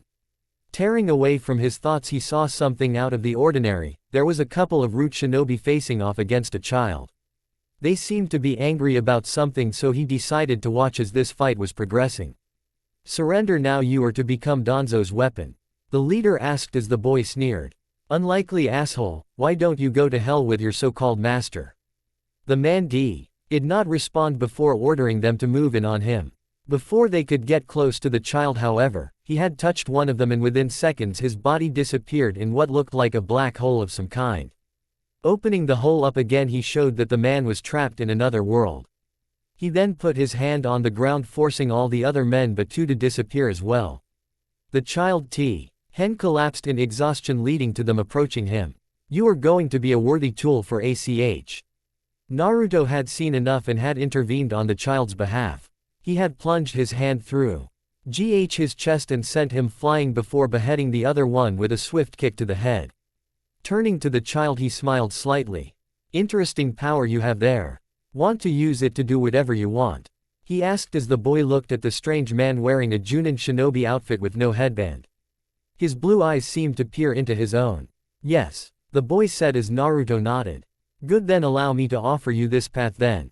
Naruto said, extending his hand to the child, and soon they began the journey of the spider. Flashback ends. From that day Naruto never asked the boy his name. He always referred to his number and he loved it. He felt his power was out of this world and something akin to chakra manipulation and opening a pocket dimension. He had gone there himself and entered this world where he slaughtered the poor fools that were till there before returning to the surface. The child had been his first member and the first one to die. He was heartbroken with the death of the child and didn't replace him for a while due to how unique and powerful his ability was and how close he actually became to him. He had hated the snake since then, since he wanted to know how this ability worked but couldn't figure it out, and Naruto knew why. The child had been experimented on by a scientist in Meteor Village along with several other members of the troupe. That is part of the reason he brought them into his fold. These experiments robbed them of their ability to learn chakra in normal means and had to adapt to their new powers, in this case to learn how to use them in a more complementary manner. But it was not until the time the snake showed up that he feared for his life. While gifted, he was not strong enough to take out a Sannin on his own, so he assigned someone to watch him. Little did he know it was the only number that was feeding the snake information and other people information of the troupe.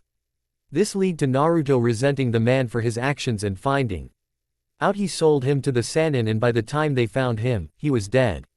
Naruto never felt rage before that, but he knew that it was going to be unleashed after what he saw.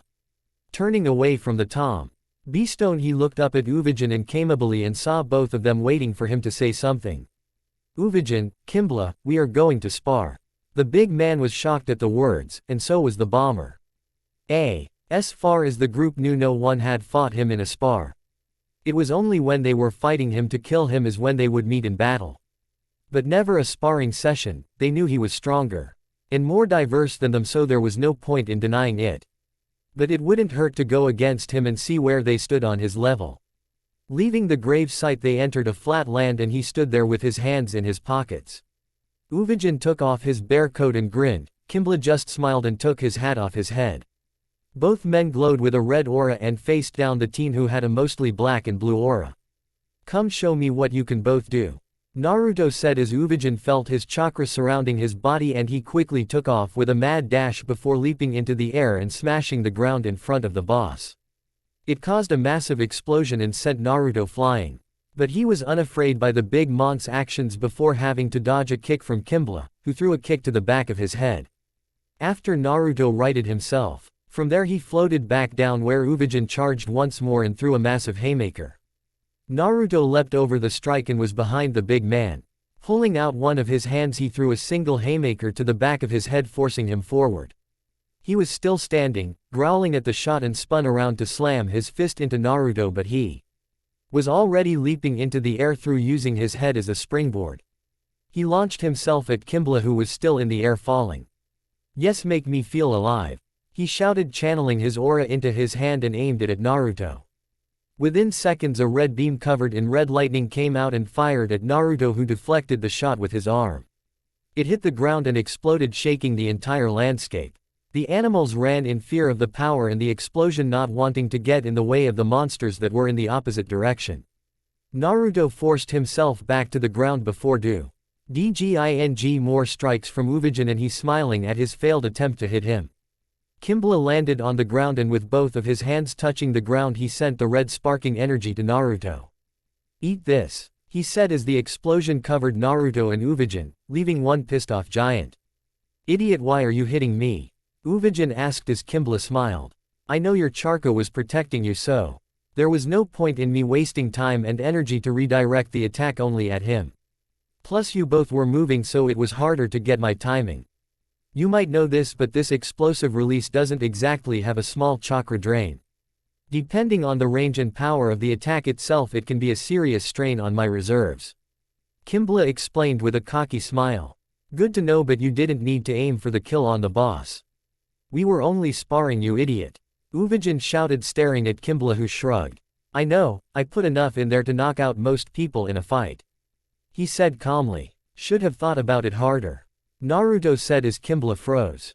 He turned his head slowly as he saw Naruto sitting on the ground behind him reading his book. He had a blank look on his face, and turned his head back at him with a small smile on his face. The two of you are good, both of you could complement each other in battle. Trust me when I say there is no doubt in my mind you are both worthy to be members of the Spider. Naruto said, placing his book away. Thanks boss, but why the sudden need for a spar? Uvijin asked as Naruto smiled. We need to be sure we are ready. The snake will make his move, and when he does, then we are going to need to take out everyone in the process. Every one of his allies will be there, so I need to make sure you both are ready for this. Naruto said, closing his eyes. I get it boss. Uvijin said as Kimbla smiled. I do as well, so tell me, when do you think it is going to happen? He asked as Naruto smiled. Don't you remember, I told you guys the day it would go down? Naruto said as Uvijin realized what the boss meant. In the files it was pretty clear he was going to gather an army during the Chunin exams and attack then. And if the boss's idea is right, then it is more than likely that Suna would join in, and maybe someone else that he hinted is out for his own goals. While he was down for doing his own thing and completing his own goals, he detested people that have to backstab their allies to do it.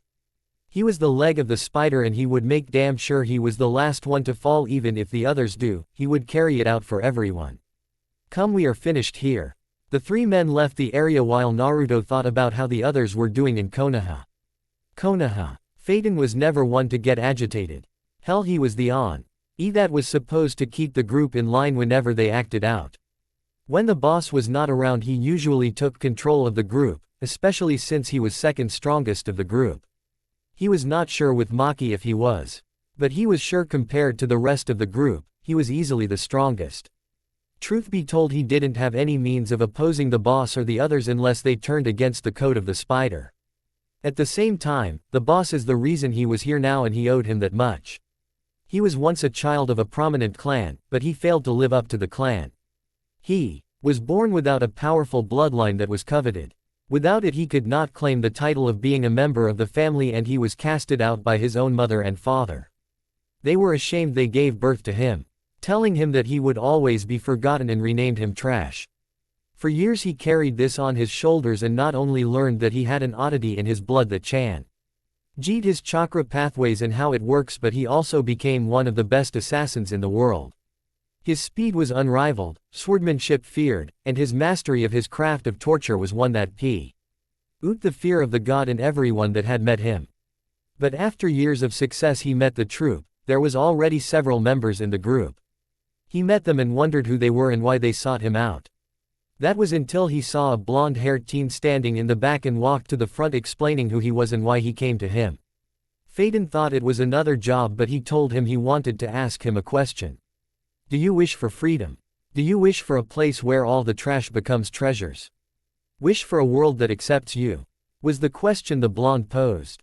I serve no one, he replied. Of course I'm not asking you to serve me, only the spider. The blonde said, chuckling. No. Deal. He refused. Really, even if I told you I can give you a name. Freedom to do as you please, steal what you want, covet what you want, and kill anyone that you believe deserves it. The blonde asked once more. You have my interest. What name would you give me? He asked. As the blonde raised a finger to his chin in thought. You are like a faint noise, one that was never heard until death claims them or you speak. For that, I believe Phaeton will suffice. The blonde said as Phaeton nodded. Very well, but try anything, I kill you, he said as the blonde nodded. Of course, welcome to the Phantom Troupe. The blonde said calmly. That day, Phaeton never regretted his decision to join them. He became a valued member, he gained a family, power out of this world, and now was considered one of the most important people in the world to the troupe. He made friends with several of the members, but he distanced himself from most of their new members that he felt are more trouble than they are worth. Feeling a tap on his shoulder, he looked and saw Envy motioning him that something was going on. Looking up, he saw the woman that Fink was talking to a few nights ago standing in front of them and a gated-off area. Welcome brats to the Forest of Death.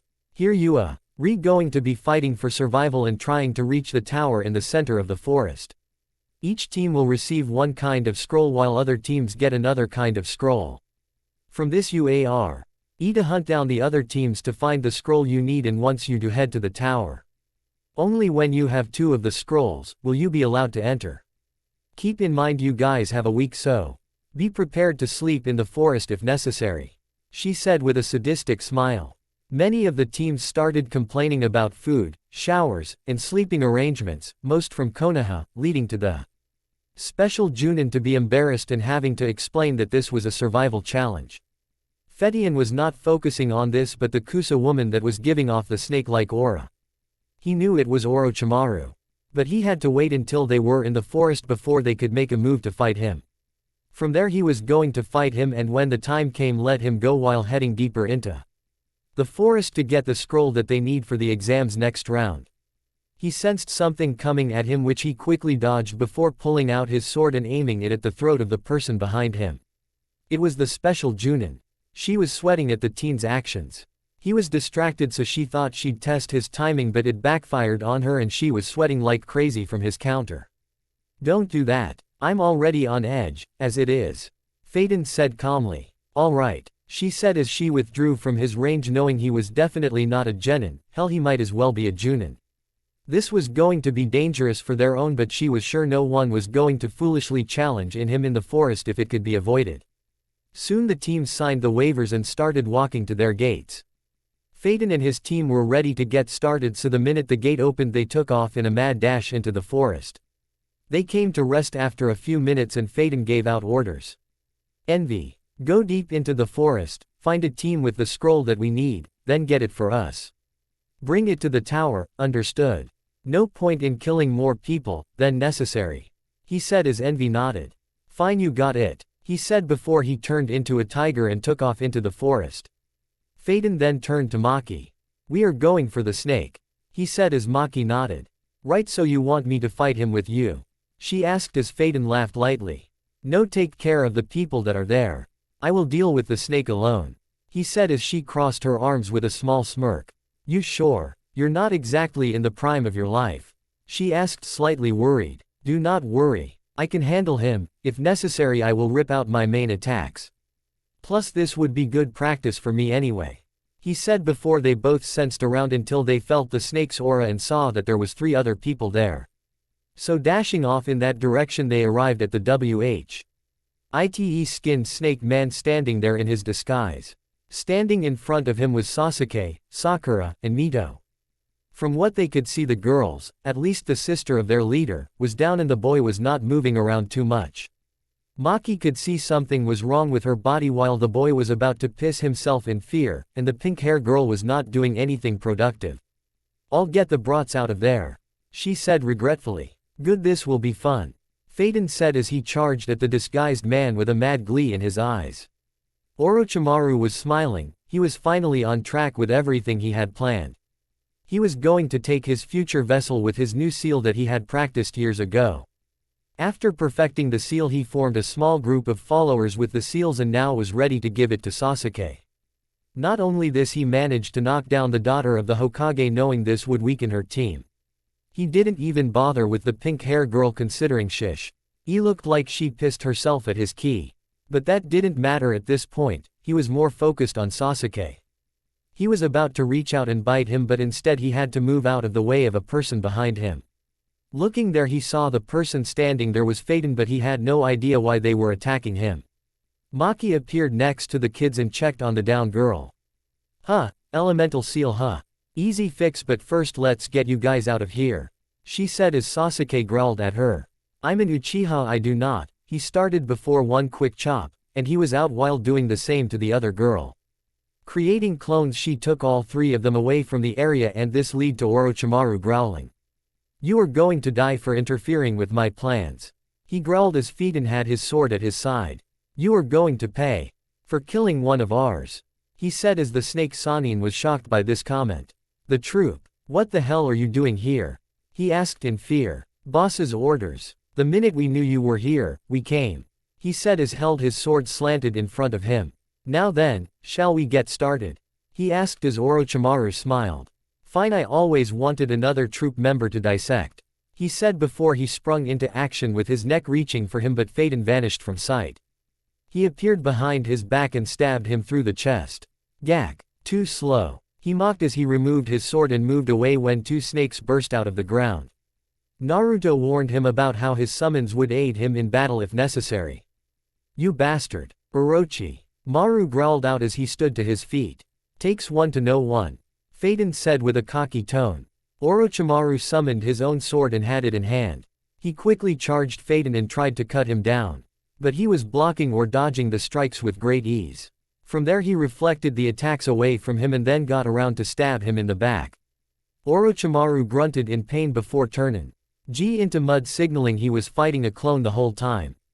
He sighed, feeling his presence behind him, and moved out of the way of his sword that came after him from the distance. He then leapt on top of the blade while dashing at the snake man, who then disappeared into the forest once more. Phaeton grunted in annoyance. This snake was becoming troubling for him and he was about to lose his patience in fighting this man. Feeling around, he saw the man was moving through the ground, so he channeled some chakra into his feet and slammed a foot into the ground, causing the earth to erupt from the attack.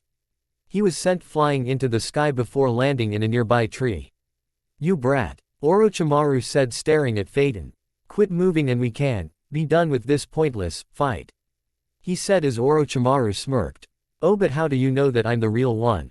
Orochimaru asked as Phaeton smirked under his coat. Because I know, you sent a clone with Maki, to give the Uchiha a mark on his neck. We are allowing this to happen, but everything else is not going to be allowed. He explained as Orochimaru raised a brow. You are allowing this? He asked, confused. Yes, after all, the boss could care less if your future vessel is the brat. All that matters in the end is everything falls into place.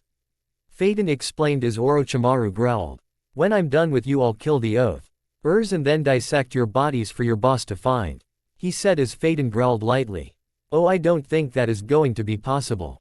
He said as he gathered more chakra around his body, and soon the entire forest was beginning to shake underneath the power he was radiating. From this alone the Sannin knew he was outmatched. His clone already had done its job before being killed, so no point in staying around to get killed. I will have your head another time. He shouted as he camouflaged into the tree, and soon Phaeton's aura spiraled out of control, and in a few seconds everything around him ignited in a giant ball of flames. Nothing around him was standing for a total of 20 feet. This power was only a small part of Phaeton's powers, and he knew that with more, he could bring this entire forest down. But that was not the goal. He tested the Sannin and knows now how to deal with him, and that some of the rumors proved to be true. He could feel pain, but it would seem that he was performing some kind of ritual to keep himself younger. He was unsure what it was, but he was very sure that it had something to do with soul transference. That would be the only means of his constant survival. Putting his sword away, he sensed out Maki and head in the direction she was in. Upon arriving in the clearing, he saw her healing the pink-haired girl while helping the blonde get her bearings. Landing next to her, he put his hands in his pockets. So how are they? He asked. Nothing extensive. The pink-haired one fainted, so nothing really needing attention. The Uchiha was bitten by one of the snakes and infected with one of his dark marks. Finally the blonde was hit with some kind of elemental seal that sealed up her chakra. Luckily I know how to remove them, so I got rid of it so she would not face any serious problems later on. Maki said as Phaeton looked away. Good, can we leave them? He asked as Maki looked them over. Yeah, from what I gathered they are good to get through the forest. But unfortunately, we still need to find Envy. She said as the nearby bushes rustle. A lizard appeared out of the bushes, and in his mouth was a scroll that was the one they needed. Never mind, we have it. She said as they took the scrolls and were off in a blur with the lizard keeping up. Upon arriving at the tower they unfurled the scrolls and out of it came Finks. Nice job guys, you are the first team to arrive. He said happily. Cool. Envy yawned. So I had my fill for the day, so I'm going to get some rest. What about the rest of you? He asked as Maki sighed. I'll scout out the tower since we are going to be here for a while. She said, walking away. Same, won't be too troubling to find some food. Phaeton said as Finks nodded his head. Plus we need to know more about the snake. Nobunaga is in the village right now since he is not a registered sensei. Finks said as Envy nodded. Fair enough, he said, not caring. Everyone went their own way with Envy Nding an empty room and getting some sleep after killing some of the competitors against orders. Hey, he was bored and wanted some action, so he just killed some of the rain shinobi that were too old to be here. Phaeton and Finks went to get some food and then go into a private room to evaluate the fight with Orochimaru. Measure his skill level and see how he compares to the rest of the group and how the boss stacks up against him. Maki just wandered around the halls until she saw an infirmary. Entering the room, she saw a black-haired woman wearing a black and gray kimono with an oddly clean pig next to her. The woman had short black hair and turned to see her and smiled. Oh, sorry for missing you. Do you need help? She asked as Maki shook her head. No, I was looking for someone, but it would seem they are not here. Maki said, looking around. Who might you be looking for? The woman asked as Maki waved her off. It's no one, I'll wait to see if they show up. Maki said as the woman nodded. Well, if you tell me their name, maybe I can get them for you. She said as Maki narrowed her eyes slightly. I'm looking for a blonde-haired medic who claims to be the child of the Senju. She said as the black-haired girl smiled. Oh, you mean Lady Tsunade? The woman said as Maki bristled slightly at the name. Well, you were right, she is not here, but she will be here for the preliminary rounds so you can see her then. She said as Maki turned to leave the room. That's fine, but if you see her, tell her to pay attention to the monster she gave up on. She said, closing the door behind her, not waiting for a response. She walked down the hall to get some food. She was eager to show what she could do. Time skip. The 5 days had passed and many of the teams were gathered in the hall ready for the next round. The Hokage was standing there in his booth talking to everyone present along with addressing the other cages that were in attendance. The Raikage and Mizukage were sitting in the booth with him, looking over everyone that had managed to make it to the next round. After getting everything cleared, everyone saw the billboard appear and start randomizing the names of the different people in the room. Finally the board stopped on 2 names and the troupe smiled at the assignment. Maki vs. Toto Mizugaki, aim Nin 1. The pink-hair medic jumped down to face off against a man wearing the shinobi outfit of aim with a mouth-breathing device and carrying a sword at his side. She could gauge that this guy was barely worth trying against, and she was confident that if push comes shove he would die by her hands. In the attending booth, Tsunade was looking down in shock. It was her. The child she left behind all those years ago. Maki. She seemed to have grown, and from what she see, old gather she was even stronger now than she was then. But she could still sense the dark desires and pleasure she had and knew she had not changed for the better but only gotten worse. It was her greatest failure. She failed to show her the true meaning of being a healer. But that was something she didn't fail to do with Shizune, who told her that she was in the tournament and she was interested to see what she had in store for this match. The first match of the prelims is set, begin. With a wave of his hand, the proctor for the prelims jumped away as the water nin charged at Maki and SWU. In his short sword, but she was slowly moving out range of the strikes. She just ducked or slid out of the way before moving further away from him, forcing him to follow her. After several minutes of swinging around his blade, he finally got some distance and gathered his charka into a water attack. Water style. Water pistol jutsu. He called as Maki saw the small streams of water coming at her. But she managed to move out of range of the attacks. You're too slow, she said, and before anyone could blink, she was gone in a blur and slammed him in the stomach, sending him flying. In the stands, everyone was shocked by Maki's speed that Sakura couldn't tell what she did. She then asked Kakashi, "Sensei, did she just teleport?" She asked as he shook his head. No, that was nothing but pure speed. She moved so fast that no one could see her. Kakashi said, and he was nervous. This girl was something else. Unlike most medics he has seen over the years, she was more battle-oriented and seemed too willing to jump into the front lines to fight. Bitch. The AIM shinobi shouted as Maki snorted.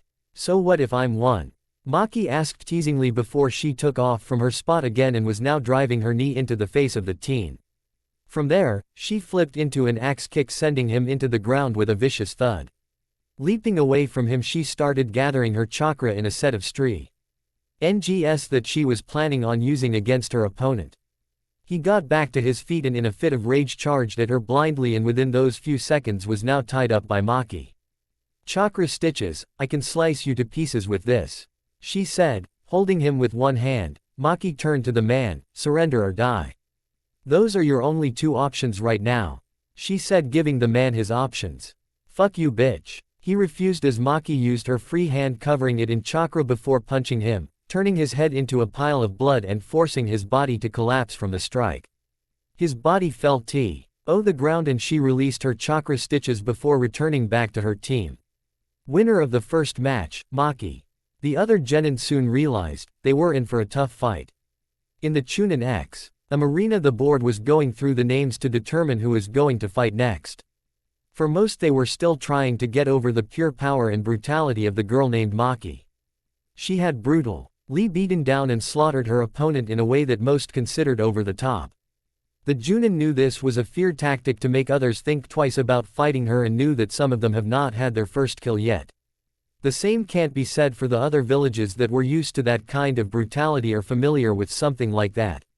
With the cages, the rakeage, a big black man wearing a white robe watched the pink-haired girl with suspicion. "You said they are from the Meteor Village, right?" Yes. Minato was also watching the group and wondering how strong they really are. And the fear of his son or daughter fighting them. Skill, she was out of their league alone and feels it can be worse if they were not careful. Interesting, I never seen someone that talented come out of that village in my life. Might be interesting to find more information about them. Mei was watching the girl and admiring the remaining members of her team, wondering how they stand out compared to her. Yes, might want to recruit or hire some of them in the near future myself. Minato agreed, but saw that the blonde-hair man was sitting there with a beer in his hand and drinking it as if nothing special happened, and he was bored. It would seem the team was standing out more than before, with him looking like he expected the result. Meaning he knew she was going to kill her opponent, leaving more questions to be answered about the group as a whole and if they too had special gifts like her. The screen stopped. Sasuke Uchiha vs. Yoro, Kabuto's teammate. The fight began with the two of them while Tsunade was watching the girl down there with Minato and sighing. "Can't believe she turned out like this." Minato turned to her. "Do you know that girl?" Tsunade saw the other cages were listening in. "Yes, she is the first student that I ever took under my wing. She was a prodigy of medical studies and had a power unique to her alone. We called it chakra stitches that are able to bind people in razor-like wire. Strong enough to keep even the strongest people bound, and can even repair damages to the point of reconnecting an arm back to the stump. She was an orphan, so I took her on Orni with me and trained her extensively in taijutsu and studying medicine. She honestly was on par with myself at this time and considered her the next great Sannin the way she was going with her studies." What happened? They saw Sasuke manage to figure out his opponent's power and trying to stop the seal from overtaking him. She ran into a woman that had been raped by a man in town and no one helped her. She healed her and wanted to hunt the man down to stop him from doing this again. I told her no, it was not our problem, but she disagreed with this. Few days later, the same nice woman we met was dead after being constantly raped, and worst of all, she was a mother of two. The girl snapped and found she had slaughtered him on the spot without a second thought. I hated she did this and told her I never wanted to her come near me again and left her in that village. So at least I know what happened to her now, and that is she became a part of a village again. But it looks like her personality has gotten worse. Mei frowned at the assessment. Sounds like a real kunoichi, to be honest. While I understand your desire of pacifism after what happened all those years ago, I disagree with how you view her. Mei looked at the girl watching the matches in boredom. She is someone that wanted to be everything you were and the one that can protect those around her. You turned on her and left her like this. If there is anyone that is a monster, I would say it is you for failing to hear your student out more. Former student, I'm ashamed about teaching her. Oh really? Then does that Maya? And you hate yourself for learning how to kill at such an early age. Tsunade growled. Watch yourself, Mizukage. Minato coughed and got her to back down. I apologize for Tsunade, Mizukage. She smiled. at him but frowned, looking down at the floor, seeing Sasuke had won his match but by stealing someone's move. Think nothing of it, Hokage-sama, but please know I hate hypocrites that turn on people because they are not their ideal doll. Indeed, while I wish my brother would quit rapping all the time, I respect that as the way he wants to handle his life and how he wants to keep himself in positive spirits. I do not fault him for anything and see him as someone that was out to make his own path in this world. After Sasuke was taken away by Kakashi to have his seal dealt with, the board randomized again. It landed on Envy and the other Rain Shinobi. Envy smirked at fighting someone that would be easy prey while also thinking of how to kill him. Don't reveal your ace in the hole, got it? Yeah, I got it. Now excuse me, I have someone to kill. He hopped over the railing, landing on the floor with a bloodthirsty grin on his face. The shinobi had his sword at his side and said, "Surrender now, girl." Envy growled out in irritation, "I'm a guy, you son of a bitch." The entire room was horrified. If that was a boy, some of them had some pretty indecent thoughts about him. No way. Then why are you dressed up like that? Because I want to, asshole. Who the fuck are you to judge? I don't need anyone's approval other than my friend. Very well, then I shall send your head to him. NVG grinned again and waited for him to launch his attack. Within seconds he closed in on him and was swinging his sword in the hopes of taking his head off in this brawl. But he missed all the strikes. Why? La Envy just rolled or twisted out of the way. Man, can you be any slower? Want me to give you a handicap? Shut up, fool. Huh, that is what the neighbors said when I was banging your girl. The shinobi snapped and went through some hand signs, making lightning spark from his sword. Oh, now we are playing for real. Come on then, let's go a few rounds. Die. While this was going on, the other Jun in from the leaf were watching the bout and noticed something. He is not trying. What do you mean, Asuma-sensei? I mean, Ino, that kid is not even trying to fight him for real. It is like he really is giving him a serious handicap in this fight. Wait, how can you tell, sensei? Shikamaru chimed in this time. Troublesome, he is not attacking him, only dodging his strikes. He is trying to either wear him out or show him even with all of his power and skill he can't win against him. I see, so he is sadistic. Kurenai was looking at the teen with a dark glare. If her point was true, then they needed to be weary of this child. But another thing to consider is that this guy was just going about his business, bored out of his mind. What or who could make him fight seriously then? No, I think there is more to it than that. Looking at the fight, she saw that he was just dodging the strikes and smiling at every attempt. Then it clicked. He's trying to break him into throwing all of his offense out already. That way he can finally show him his own offense without having to worry about any hidden ace that he might hide. Right. Asuma took a drag of his cigarette and sighed, these people. Enko was right, they might be far stronger than normal genin or even chunin. I'm not sure, but it is a terrifying thought, to be honest. Yeah. Kurenai looked at her students and worried if they fought the last remaining member of the enemy team and thought about telling them to forfeit, but went against it until she knew whom they were fighting. Back in the match, Envy got some distance with his AR. Miz dangling at his side and his smirk still on his face. You going to try anything else? Fine. You want to die that badly here then? He ran some hand signs and out of his mouth came a lightning drive. Agon with his body covered in lighting, showing his immense power. Lightning style. Lighting dragon maximum. All of the lightning around his body gathered into the dragon and flew towards Envy before hitting with a large explosion that rocked the entire arena. The groups thought he was dead for sure, but his teammates knew that he was not dead. Something like that he was going to show off his other special ability.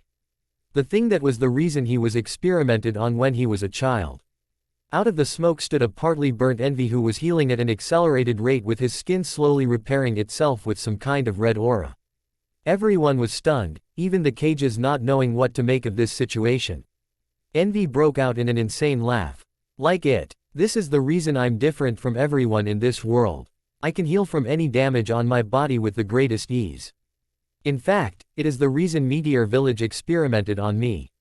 Experimented on you? I thought those were just rumors. Nope, they did it to a ton of people. Our village is where the outcasts and the trash of such noble clans are thrown. From there, what happens to us is nothing that the world worries about, since we are just that, garbage. My teammates, sensei, hell, our cage were like that and we hate the world for looking down on us. His skin fully healed and he breathed out a sigh. Guess I'll end this, T. Ode you get to see something unique so pay attention. You see most people think a henge is an illusion, well let's see you break this illusion then. His body shifted around and soon turned into a giant serpent and sped at the teen. He tried to run but due to all the chakra he wasted he was barely able to walk away from the snake. It wrapped around his body and he tried to dispel the illusion but he failed. Wait, you mean this thing is fucking real? The room was shocked and Kurenai tried to subtly do the same thing. But the illusion was not working and in time, she knew he was right. That's right, fool. My ability is to shift my body to suit my means. So I'm going to kill you now, not because you deserve it, just because I want to. The snake released him and turned into a hulking monster with a dark thirsty look on his face. It grabbed him and smashed him into the ground, leaving a bloody smear on the ground. This led to Envy turning back to his normal state and returning to his team with a whistling tone. Winner Envy. The rest of the competitors were shocked and grew fearful. If those two could do that, then what was it their teammate could do? The board randomized and soon came out to the next set of matches. Tenten vs. Tamari Cannon. Ino Yamanaka vs. Sakura Haruno Cannon. Shikamaru vs. Kin Cannon. Konkuro vs. Kabuto Teammate 2 Cannon. Shino vs. Zaku Cannon. The matches at happened were about average compared to Maki and Envy's performances. They saw either one-sided fights or in the case of the Ino and Sakura match a pitiful performance that was not worth watching or talking about. Minato was embarrassed that it happened and wondering what the other cages were thinking considering they too watched the match. Mei was angry. These are the women he hated more than anything. The ones that thought being a shinobi, being saved by some white knight, or earning someone's affection. She was embarrassed they displayed the skill that of an academy student and wondered if they ever got past the first step of getting their first real kill. If not, then their senseis needed to, because they were disgusting disgraces towards their teachings.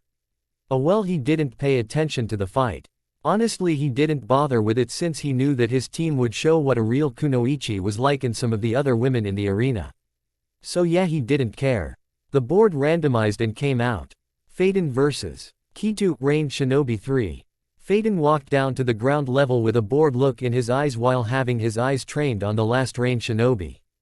He was apprehensive but he was willing to fight him. Match begins. The man opened his umbrella and started firing spikes at him while also using it to try and stab him after the shots were fired. Phaeton sidestepped He spears before using his own hidden blade and blocked the umbrella. His sword reflected his attack back into the air before he sighed. Please surrender, otherwise I will kill you. Please, you have defeated my teammates but you won't beat me, boy. Phaeton stared at the man for a minute before he appeared behind him. His head popping off from the force of the cut. Never talk down to me. Phaeton walked back to his teammates, leaving the arena shocked how fast he was compared to the others. He sat against the wall and waited for the matches to end so he can go do something else other than waiting. Hell, he felt like training seriously again due to how rusty he had become over the past few years. The next matches were as followed. Kurama vs. Choji. This match ended with Choji falling into an illusion of an all-he-can-eat buffet and not being able to escape, or wanting to escape more likely. There she knocked him out with a chop to the neck, leaving him in this illusion. Kiba vs.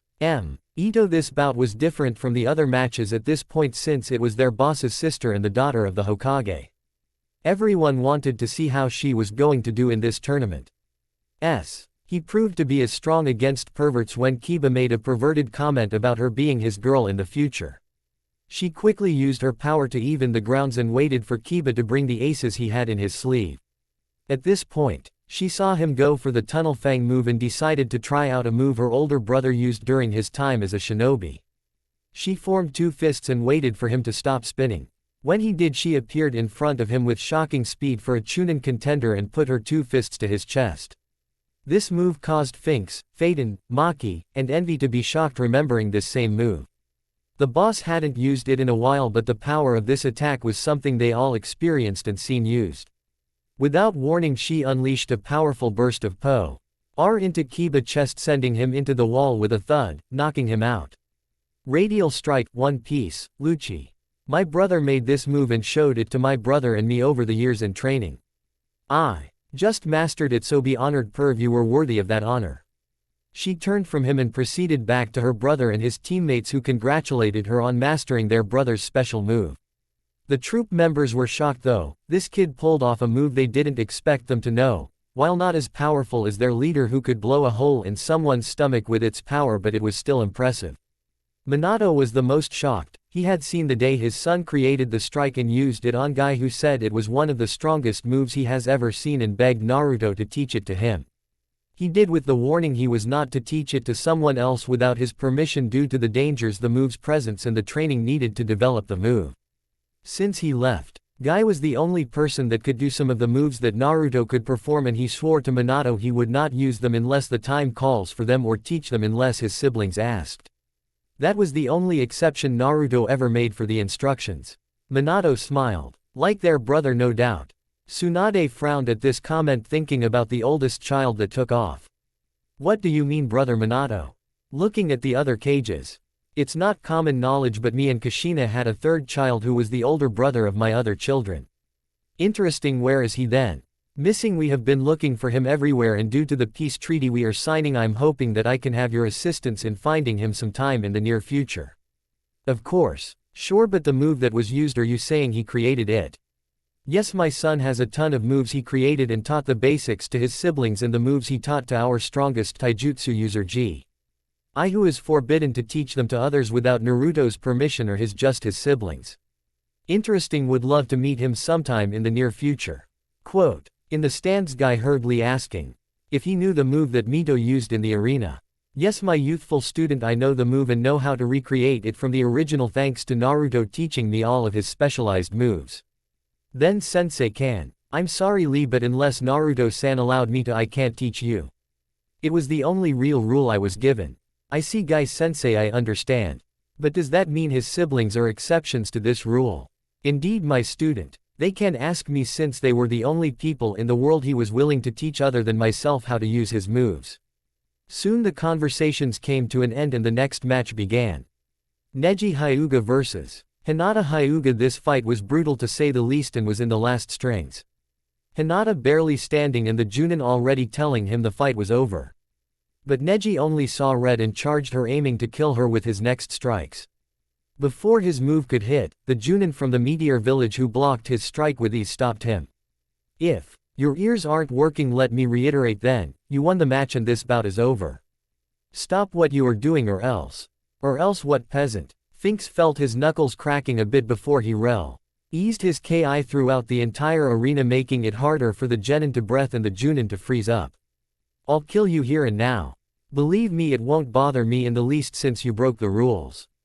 Fate has determined her death is today, so this no matter of yours. Once a failure, always a failure. Finks restrained his hand from reaching out and snapping his neck, but he was close to doing it. Try my patience a little more, kid, and I will kill you here and now.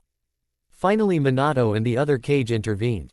Neji Hyuga, you will stand down or be removed from our shinobi rankings, is that clear? He held back a sneer and walked back to his team, who were distancing themselves from the selfish bastard. Finks took a deep breath and saw Maki joining him on the floor and looking over the girl who collapsed. So what prognosis? Maki sighed. Cracked ribs, her heart has almost stopped beating, blood is filling her lungs. I can heal her, but I need a minute. Do it. Maki looked at him with reluctance. Since she could heal her, she didn't want to. More in the sense it would draw more attention to her medical prowess and heat from her former mentor. Step away from her. Looking up, she saw she was right, her former teacher was glaring at her. Look, we can argue about this later. I have someone that's dying and needs my help. So unlike you, hypocrite, I heal those that need it and never charge unless it is minor or someone that is an asshole to me. So don't bother me. She pushed a green aura around her hands and started healing her body up. Thanks to her defect that did her chakra stitches, she was also able to learn how to refine her medical chakra to the point that she can heal most long-term injuries with greatest of ease. I said, Minato having enough in the last minute. Tsunade, let her work. I'm ordering you to step back or be in trouble. She did with reluctance. After 5 minutes she sighed. Alright, her injuries are healed, but I still get her to a nearby hospital to make sure they are fully healed. A couple of medics showed up and took her away while praising the pink hair girl's skills. Soon the room turned somber and everyone returned to their previous positions. Menma vs. Karui again. This was a fight that was nearly even due to their skills covering the gap of their weaknesses. But it ended with another shocking result. When Karui was standing in front of him tired from firing off lighting moves and attacks, she felt something at her chest. Looking down, he saw that Menma had his hands' fingertips placed there before saying, "Hope you enjoy this. Was my brother's first original move." Next he closed his hand into a fist, knocking her into the wall and sending a shockwave throughout the arena. Everyone was surprised again who knew he moved, considering Naruto did it to everyone that bothered him or weren't the energy to waste the time for a full punch. In time, the head as well knew it as Tsunade's flick. From there, he also mastered it to the point he could kill someone with the strike but held back on the move. Menma was praised by his teammates and his sister, who were going over their thoughts of using their brother's move and seeing their father smiling proudly at them for their skill. The next matches were made.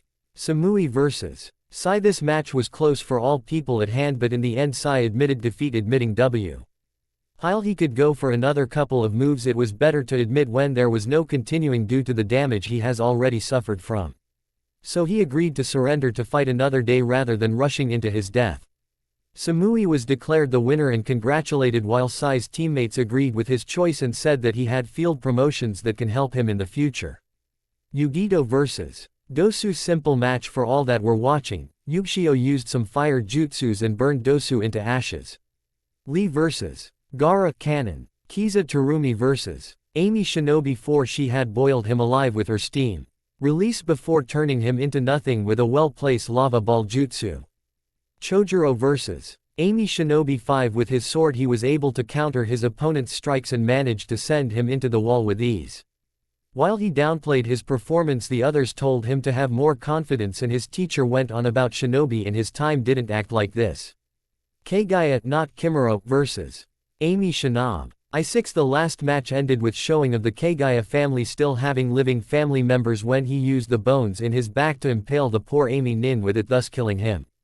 With all the match he's done, everyone gathered on the floor to find out whom they would be fighting in the next round.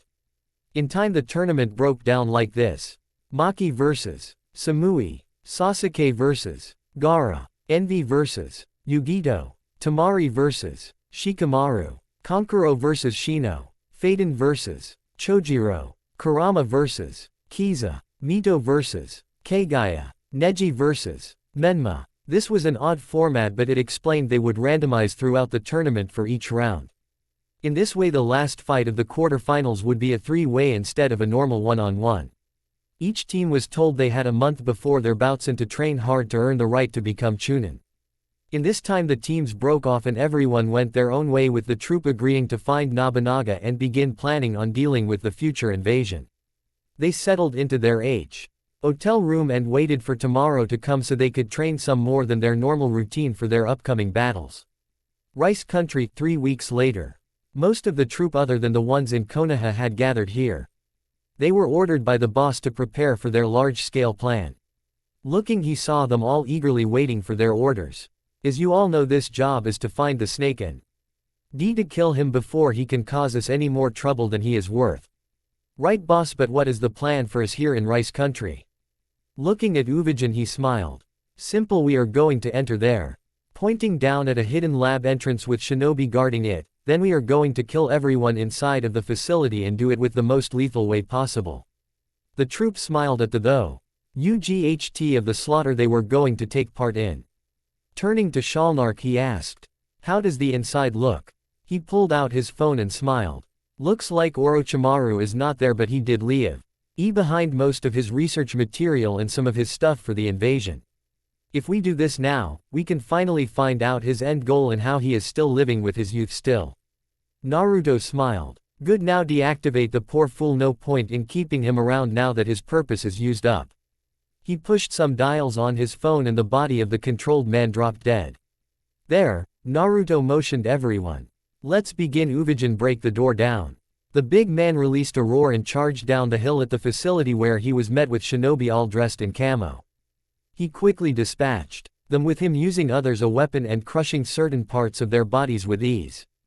From here, he slammed his enhanced fist into the door, sending it off its hinges. Naruto smiled at the raw power he was displaying, and they proceeded to the entrance. He walked past Uvajin and proceeded down the hall, seeing more shinobi charging them. How disappointing, I thought stronger people would be here, but oh well. Pulling his two fists out, he pointed them at the group approaching him in the hallway and smiled. Radium fist. With that, a small explosion of air came from them and hit everyone charging him. They were turned to shreds or had their bodies crushing their insides with the attack.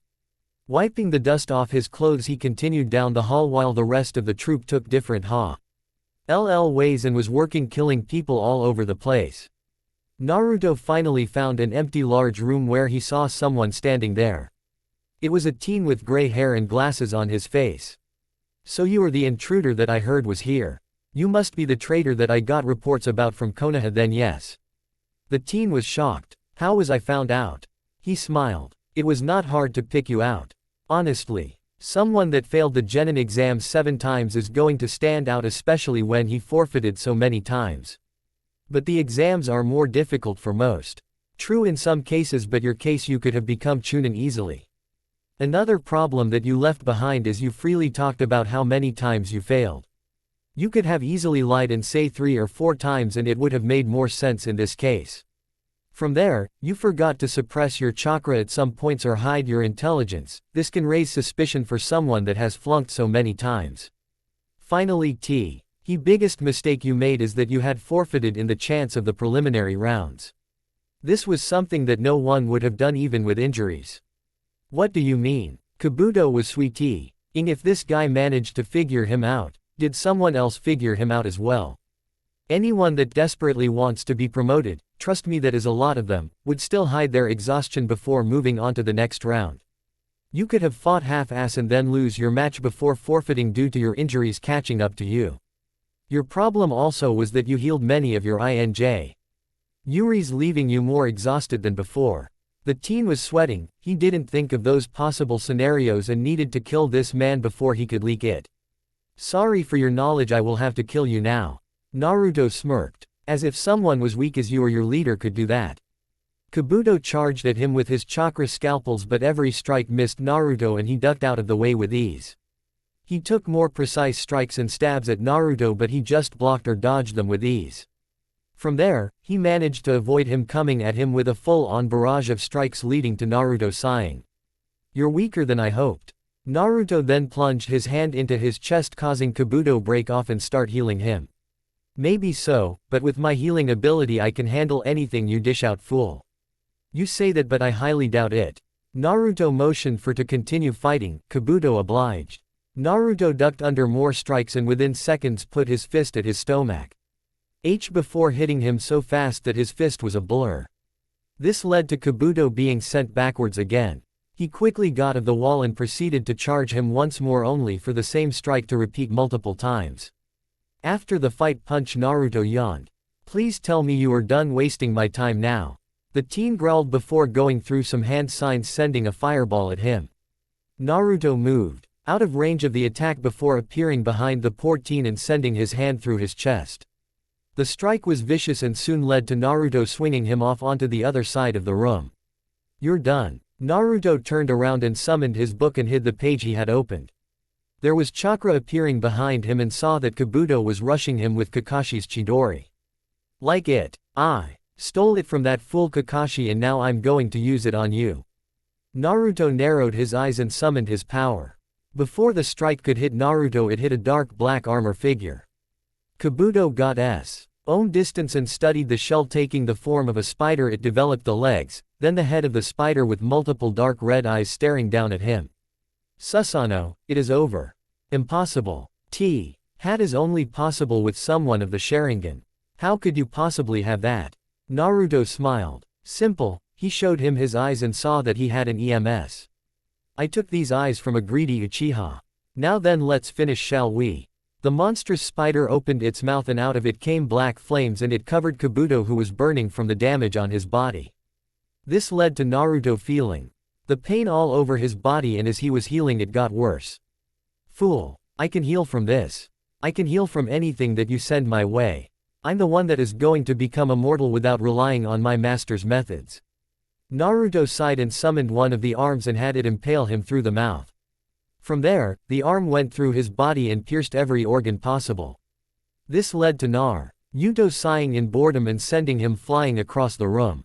Weakling, don't bother me again. He turned away from the body that was now dead and turned to ash. He closed his book and the flames disappeared, and so did his spider body before proceeding down the hallway. He saw several shinobi loyal to Orochimaru rushing him, and before they could react they were killed by viciously placed strikes. Naruto could only sigh in boredom after killing them due to how weak they were compared to the rest of the troop. Arriving at the end of the hallway, he entered a dark room that seemed to be the main office. Going through the room he found documents that were written by Orochimaru. One was talking about his soul exchanging, that way he could survive longer times throughout life. So he is nothing more than a parasite now, how funny. Shifting to a different document, he read about how his goal was a twofold. One, he was going to invade Konoha to kill Minato and the other cages in the hopes of weakening their nations enough for him to take control of them. Second, they were going to be more focused on using the dead to fight the living through the impure world or resurrection jutsu. Opening the file he read, he was using his other followers to bring back some powerful cages to do this, figuring this was the only way he was going to be able to deal with the others. I shall destroy you, fool. No touches what is mine and lives. Naruto let his aura flare in the room before calming down. He took the documents before setting the office on fire. Before long, Naruto proceeded down the hallway and out of the office before heading back to the surface. Along the way he saw that his followers had killed several people and were either covered in blood or sitting on corpses all around the room. Well, Uvijin smiled. All the people here are dead for sure. Pakunoda nodded her head before adding, we found out the sites of other labs all across the nations that we can hit. Plus there are a few that have unique test subjects apparently. Interesting, we shall visit them as soon as we are done with Orochimaru. For now we must head to the Leaf. The invasion is in a week and I would like to be in place when it goes down. Yeah, that is something I wondered a while, boss. How are we going to sneak in and stay hidden for that long? Naruto smiled. Simple, you are all going to be doing different jobs. Uvijin, you and 4 others are going to be on the outside waiting for the forces before acting.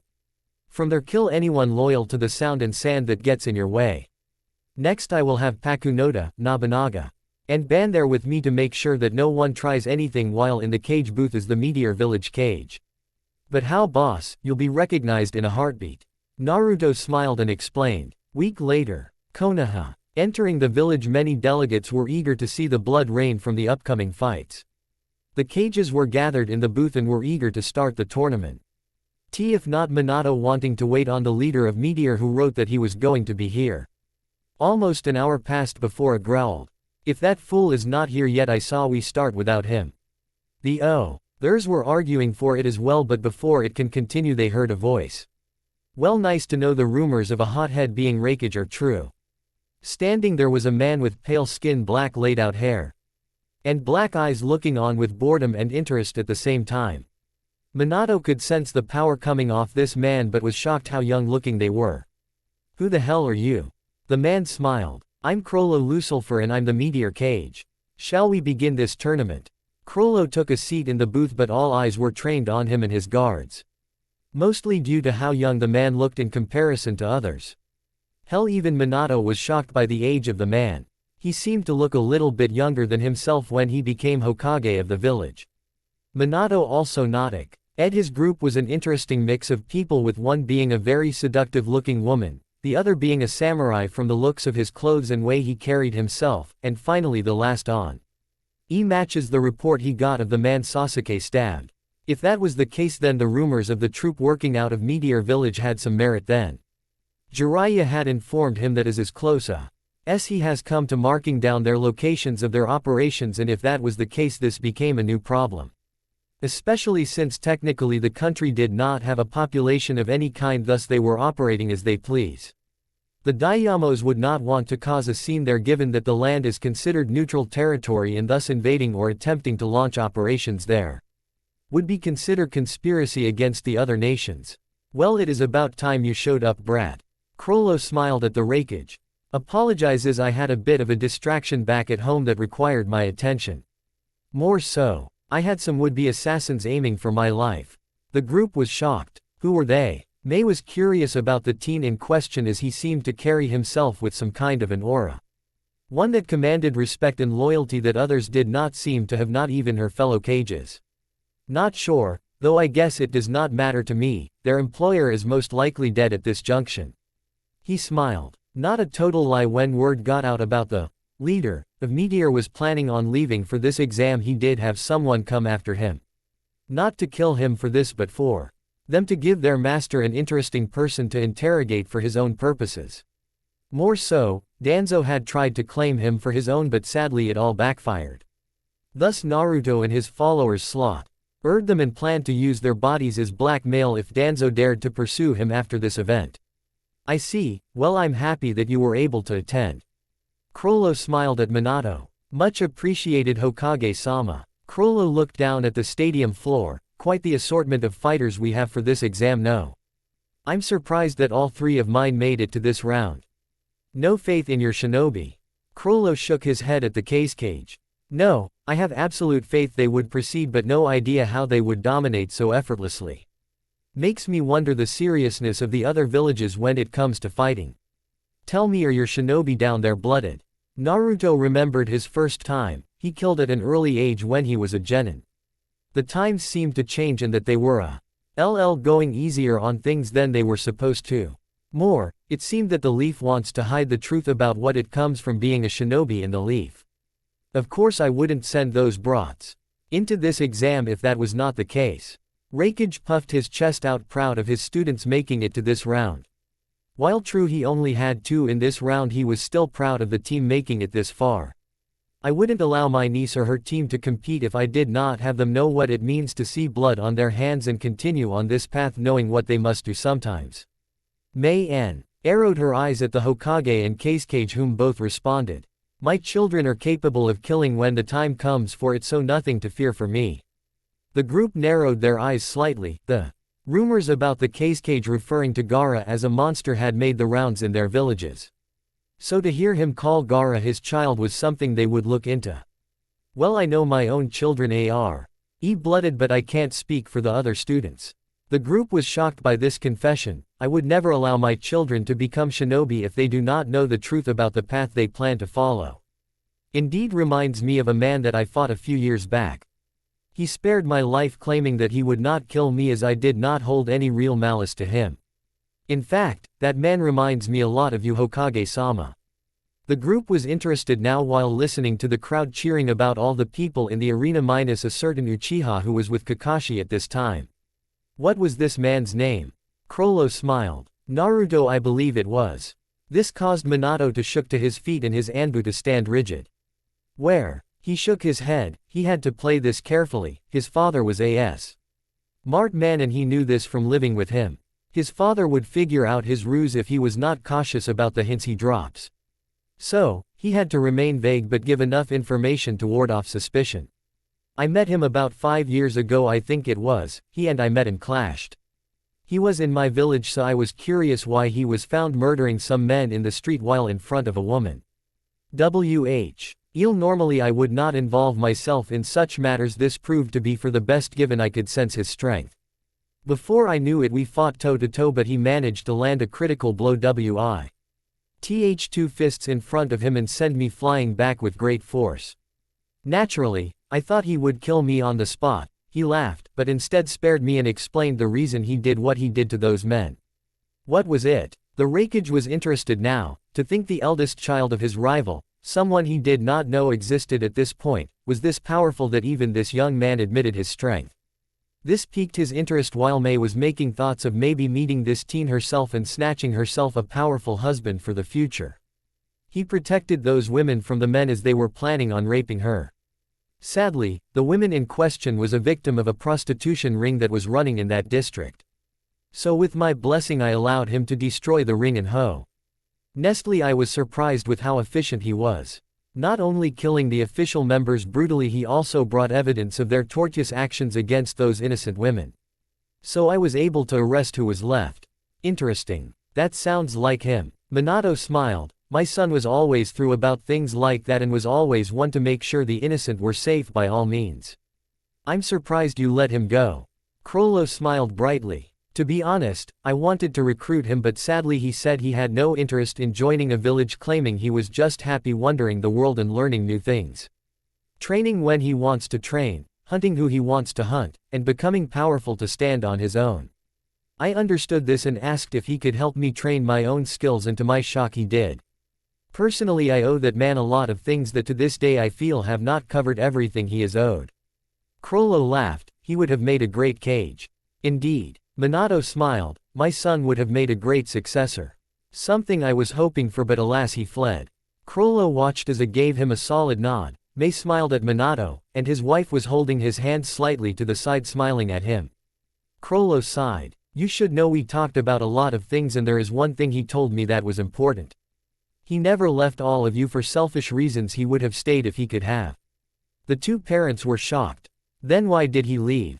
He smiled at Kushina. I can't tell you all of the reasons, but one of the reasons he gave, simply put, he wanted to uphold his highest belief of freedom above everything else. You two always taught him that was the greatest trait of all Uzumakis know. The pursuit of freedom. They nodded and he smiled. That is the way he felt. He wanted to have absolute freedom, go where he wants, do what he wants, and be who he wants. But he never forgot the family he left behind. Pursuing this is always checking in to make sure they are safe. The parents smiled, accepting this, while Crollo himself turned to the arena. It would seem the fights are starting. The matches in the arena were starting, with all the competitors -1 were ready for their bouts. The first bout was announced, and it was a shock to some that the fight orders were randomized to keep things spontaneous. The field cleared with Genma standing there watching as Menma was glaring down Neji, who just sneered at him. Honestly, the teen in question annoyed him, being the brother of the disgraced shinobi that left their family because he wanted to. They worshipped him, he and his sister, and treated him as their goal in his eyes, worshipping someone pathetic. Alright, you two know the rules. When I say stop, you stop, or I will have you disqualified. Is that clear? He glared at Neji, and so did many of the competitors already hearing about what he had done. Crystal. Yes sir. Menma and Neji took a step back, and he stared at the Hyuga and what he was planning on doing to the fool. You should surrender. Nothing you do now will change your fate. You're nothing but a loser, and losers will remain this way. He smirked, seeing the teen bristle at this, and said, at least I'm not a two-faced bitch that cries when he doesn't get his way or tries to murder his own flesh and blood. The crowd saw both teens tense while Neji counter. What about it? Why? Or the brother of a disgraced shinobi who was too cowardly to stay in a village that he was not worthy of. Menma felt the Kyuubi leaking now and quickly suppressed it, knowing that his actions will show his true strength and the strength of his family. Funny, then tell me, if my brother was such a disgrace, why was it that the Hyuga clan lost all the time to him and my father? How come there was never a Hyuga Hokage? Oh, that's right, you're too weak to achieve this dream or understand the importance of this position in the village. He spat on the ground. Talk shit about me is one thing, but when you dare to disrespect a man I aim to surpass, that is where you cross the line, Hyuga. Crollo ignored the teen. Honestly, Neji's remarks about him didn't bother him in the least. Why should he care for a child that he barely knows about or cares to register as a threat? Although it touched him that his brother was so protective of him. If he was his brother's goal, then he was more than willing to be that goal, as in his mind he too believed his siblings could surpass him. Soon Menma took a stance, and Naruto's eyes immediately shot through the roof. He mastered it. Minato, is that Kushi? Na was shocked, and her husband nodded his numbly. Yes. He was too shocked and couldn't believe that Menma was using that stance. Something that she had only seen one other time, that is when Naruto fought in an all-out fight against Guy all those years ago. Hokage-sama, if you don't mind me asking, what stance is that? He looked at Mei and responded. It is one of my son's ultimate fighting forms, Fox Shadow style. Looking at Menma, he had his hands spread out for all to see, and he had his eyes trained on his opponent. Naruto created this fighting style to deal with powerful opponents quickly, but sadly he only ever showed 2 moves of this fighting style. Only 2 doesn't sound that impressive. I grunted at the thought of creating a style that only has 2 moves that one could use as a whole. You shouldn't dismiss this style. trust me when I say that this style alone could easily overwhelm even the strongest fighters. Guy, our strongest taijutsu users can't use this form due to his rigorous training in the strong fist style. At the same time, he fought Naruto when he first used this style and nearly killed him with those 2 moves. Minato frowned. I just hope he knows what he is doing, as while I don't like the Hyuga boy for what he said, I can't just have him kill the man. Interesting, so you are okay with what he said about your son? Turning to Crollo he growled. Far from it. I'm furious, but as Hokage I have to maintain a certain amount of decor with the job. Crollo laughed lightly. What's so funny? Crollo waved his hands at Kushina. Apologizes, but this is why I have no counsel. They believe they are required, but in all honesty I find them more of a pest. So when someone tried to take control through this means I eliminated all parties involved. While that might work in your country, ours has a stricter requirement for having the need to give the civilians the voice they need. Crollo shook his head. True, they need a voice, but that does not mean they can control you. After all, isn't it written that the Kages have the final say when it comes to shinobi affairs? I mean, surely you can admit that this is a shinobi affair, and thus if the Council wants to raise a fuss they can deal with it or get out. Crollo smiled, but alas, I'm impressed that your son is using the same style that even Ban here struggled against when he fought alongside me against Naruto. The man smiled. Yeah, thing hurts like hell when fighting that way. What is the moves exactly that hurts so much that even you can feel it, Ban? Turning to Pakunoda he smirked darkly. You'll see. As it is something that done with enough force and practice you can stop someone's heart in an instant, killing them in a single move. In the arena the Junin were shocked to see the stance. None more than Guy, who was with his student Yash, to see it again. It is most intriguing. Guy-sensei, what is this stance exactly? Looking at Lee he smiled. This is Naruto's answer to T. He's strong fist style and other styles that have complicated movements. A style that centers on 2 moves and with them can become unstoppable when fighting those with larger structures. He smiled. Say, Aang Menma taking this form makes him proud. Naruto's styles were still being used to this day and continued to show that his influence is carrying on in the next generation. Really, Guy-sensei? He nodded his head, rolling up his sleeve and showing a dark bruise that was on his shoulder. That is the remains of when I last fought Naruto years ago with this same style. It almost killed me back then, and now I believe he could kill me without trouble thanks to his years of perfecting it. The other genin and Junin watched with bated breath as one of the legendary styles is returning. Menma at T. His point had his hands at his side with his arms spread wide and a blank look on his face. Come then, let this fox show his true strength. Those words. Everyone saw another person standing there, with blonde hair and dark blue eyes and whisker marks on his face. Very well prepared to fall to fate, loser. He activated his Byakugan, but his eyes widened. How is this possible? Menma smiled. Aid secret from my worthless brother, asshole. Neji snarled and the Junin raised his arm and brought it down. Begin. Neji charged at Menma, but he quickly moved to the side of the strike and put his finger to his head. Nice try, that was too slow. Damn you. Neji spun on his heels before forming a sphere of blue chakra. Heavenly rotation. Hiyashi was shocked. His nephew learned a move that most Hyuga never master, or those that are part of the branch family never have the chance to see. Neji, you managed to surpass most branch members and even rival some of the best experts among the main branch. Sadly, if you hadn't let your anger swallow you, then I might be more than willing to forgive you for your sins. Hiyashi knew he was a lot of things: a clan head, leader of the main branch, a father, a husband, and an uncle, but he had failed in most other aspects of his life. More importantly, his daughters, he had failed to raise them right to be the children that their mother would want them to be. More in the case, Hinata was more soft-hearted than her sister was, and thus he failed to give her a different career path to follow and allowed the elders and other members of the clan to bully her for her beliefs. Hanabi was starting to act more like one of the other nobles in their clan and thus treated Hinata like dirt. Neji, well, he never told him the truth about why his father died. And the reason that he chose to go instead of letting him go. If he could, he would have made his brother the leader of the group, as he was a man with a big heart and someone that he personally cared for. But damn, traditions separated them for the rest of their lives. However, he was hoping this fight would be the thing to bring Neji back around from his arrogant attitude.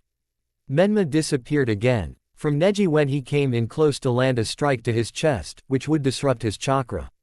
However, upon this moment he then appeared behind him and hit him in the back of the head with a solid punch. Neji would then turn and try to strike him with another barrage of strikes, but Menma kept dodging and then disappearing on the spot and appearing at another side of him. Back in the cage's booth, the group was shocked how one-sided this fight was becoming. What the hell are you saying, this is the fighting style? He is able to move as if he was using your signature jutsu. Minato smiled at A's shocked expression and Mei's confusion. Yes, this is the style that Naruto made over the years and passed on to his siblings. Quite honestly, I did not know that Menma was to the point that he could do most of the moves that his brother did at his age. How interesting. Chrollo was smiled. His brother was doing amazingly well with the Fox Shadow style. He knew that was the best one for him as he was more about speed than his sister. The other style he left behind for her, he was hoping to see her use it in her fight. Indeed, Mei turned to Kushina and Minato. Is this one of those moves that he created? The one that allowed him to disappear in a moment's notice? Yes, but that is all I can reveal. Confidential information and all that. Mei nodded, understanding the reason he would not elaborate more on the move before them.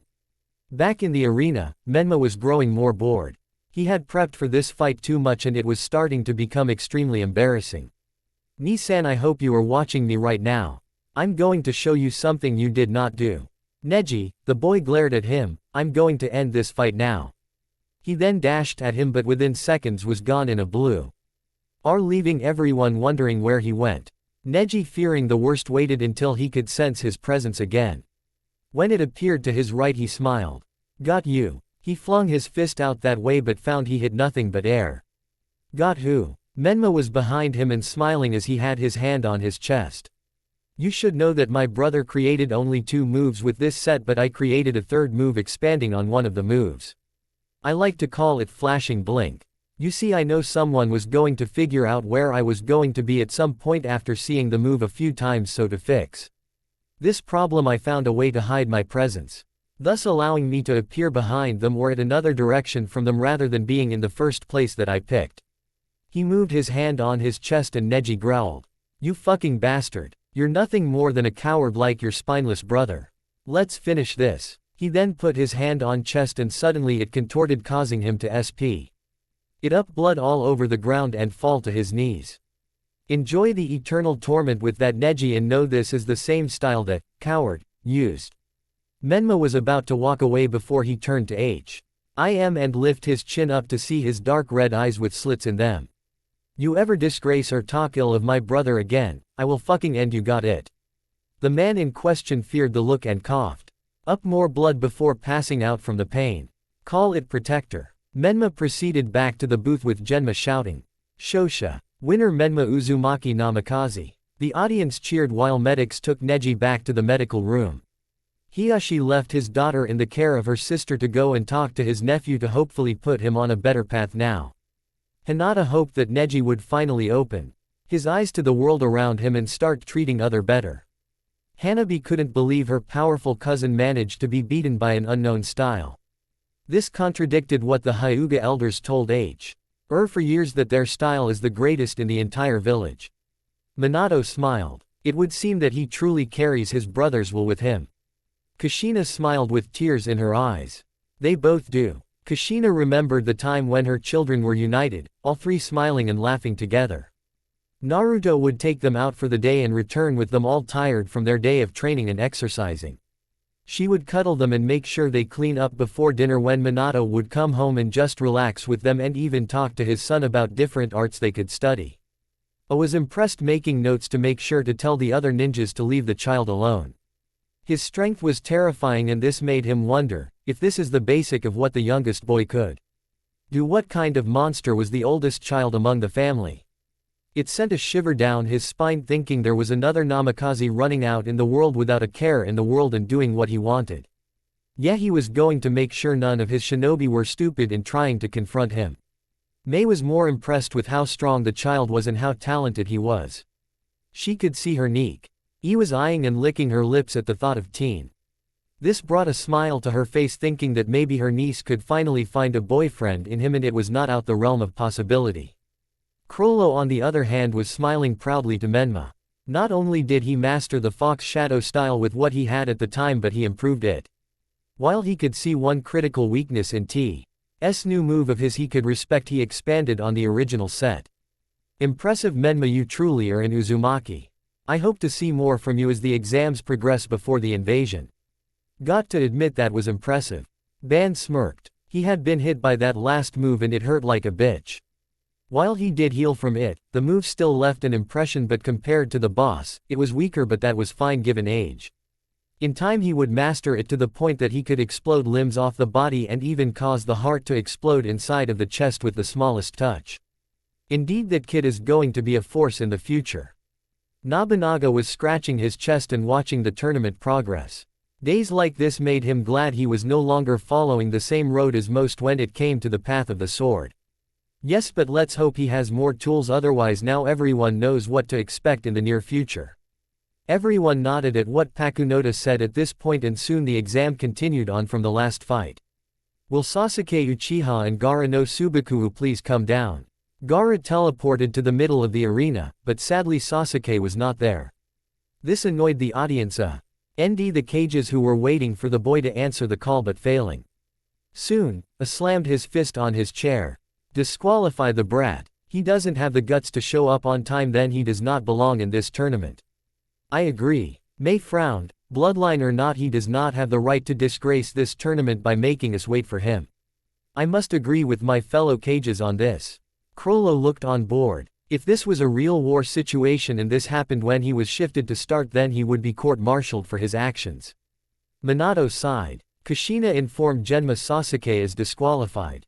The cage spoke up. Wait, Hokage-sama, why not postpone the fight until the last bout? I mean, it was announced that the fights would be random, did they not? Regardless, he should have how'd up on time. If he can't do that, then he has no place in this tournament. Disqualify him. The other cages agreed, and soon Kushina went to inform Genma, who frowned. Due to Sasuke Uchiha failing to show up, he is disqualified from the exams and thus Gaara wins by forfeit. The team grunted before heading back up to the booth with people in the audience booing. One of the audience member even threw something at Crollo, thinking he was responsible for the decision. The item was a heavy soda that dosed him from head to toe. The cages minus Minato were shocked with how the people were acting. And to think to even assault a visiting cage even from a minor village was shocking. Many of the Royal Nation leaders were furious about this man's actions, but the most angry was Minato, who looked at the person responsible. He was a member of the Civilian Council's family branch and thus he believed he was entitled. Serves that fake-ass cage. Soon more people were standing up and planning throw more at Crollo, but before they could bang, Pakunoda was aiming some kind of weapon at the man and without warning it fired a chakra bullet into the skull of the man that talked. This led to I am falling over dead and the audience going quiet. Ban was twitching, he was wanting to kill these fools. Nobunaga was radiating bloodlust and had a vein forming on his head. His sword was calling for blood, and Pakunoda, while not showing it, was furious about the man's audacity. In the booth, Phaeton was glaring at the crowd and having to suppress his power while Maki was barely holding back an envy. Glaring at the audience, wondering what he should turn into to eat them. Finks, who is in the audience, was waiting for someone to try something so he can kill them on the spot. Enough. Everyone turned to the Hokage. I'm absolutely disgusted you would dare treat someone of a visiting nation like this, no less a cage. Rest assured the man's family will be stripped of their positions and forbidden from holding office ever again. He then glared at the rest of the civilians. The decision to disqualify Sasuke Uchiha was my decision along with the other cages, and thus if you want to be angry at Chrono Dono, then you have to do the same with us. I absolutely dare you to try the same thing with me and not see me execute you on the spot. The audience quieted down from this and quickly took our seats, not wanting to anger the man further. Crollo sighed. Using some wind chakra he erased the sticky substance covering his body and clothes. Well, that was most unpleasant. Pakunoda, turning to her leader, she saw him with a blank expression. Please refrain from doing that again. The less you show the better. The woman had the decency to blush and nodded her head, sending her weapon away. NTE resting ability she's got, wonder what else this woman could do. I was looking at her with a pensive expression. Dangerous, that is the only word that can describe her, Mei was watching her with a hawk and saw the others were still on edge. Note to self, keep an eye on this woman and be wary of what is shared with her. Something about her screams danger. Minato and Kushina made their note and motioned for Genma to continue the tournament. Next match, Maki of Meteor vs. Samui of Kumo. Thanks for watching.